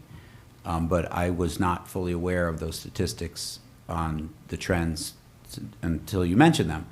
And I want to say thank you to you and all your officers. You guys are doing a hell of a job. And I know things can change and things go up and they'll go down. So yeah, touch wood. But fantastic job. And I do think it is important. You have to have an attitude of vigilance. And what you just said really rings true, Chief, because you don't want to accept this, and showing that you're not sends a signal to would-be criminals, like, go do your business somewhere else. We are not going to tolerate business as usual. This is not, it's New Jersey, stuff happens.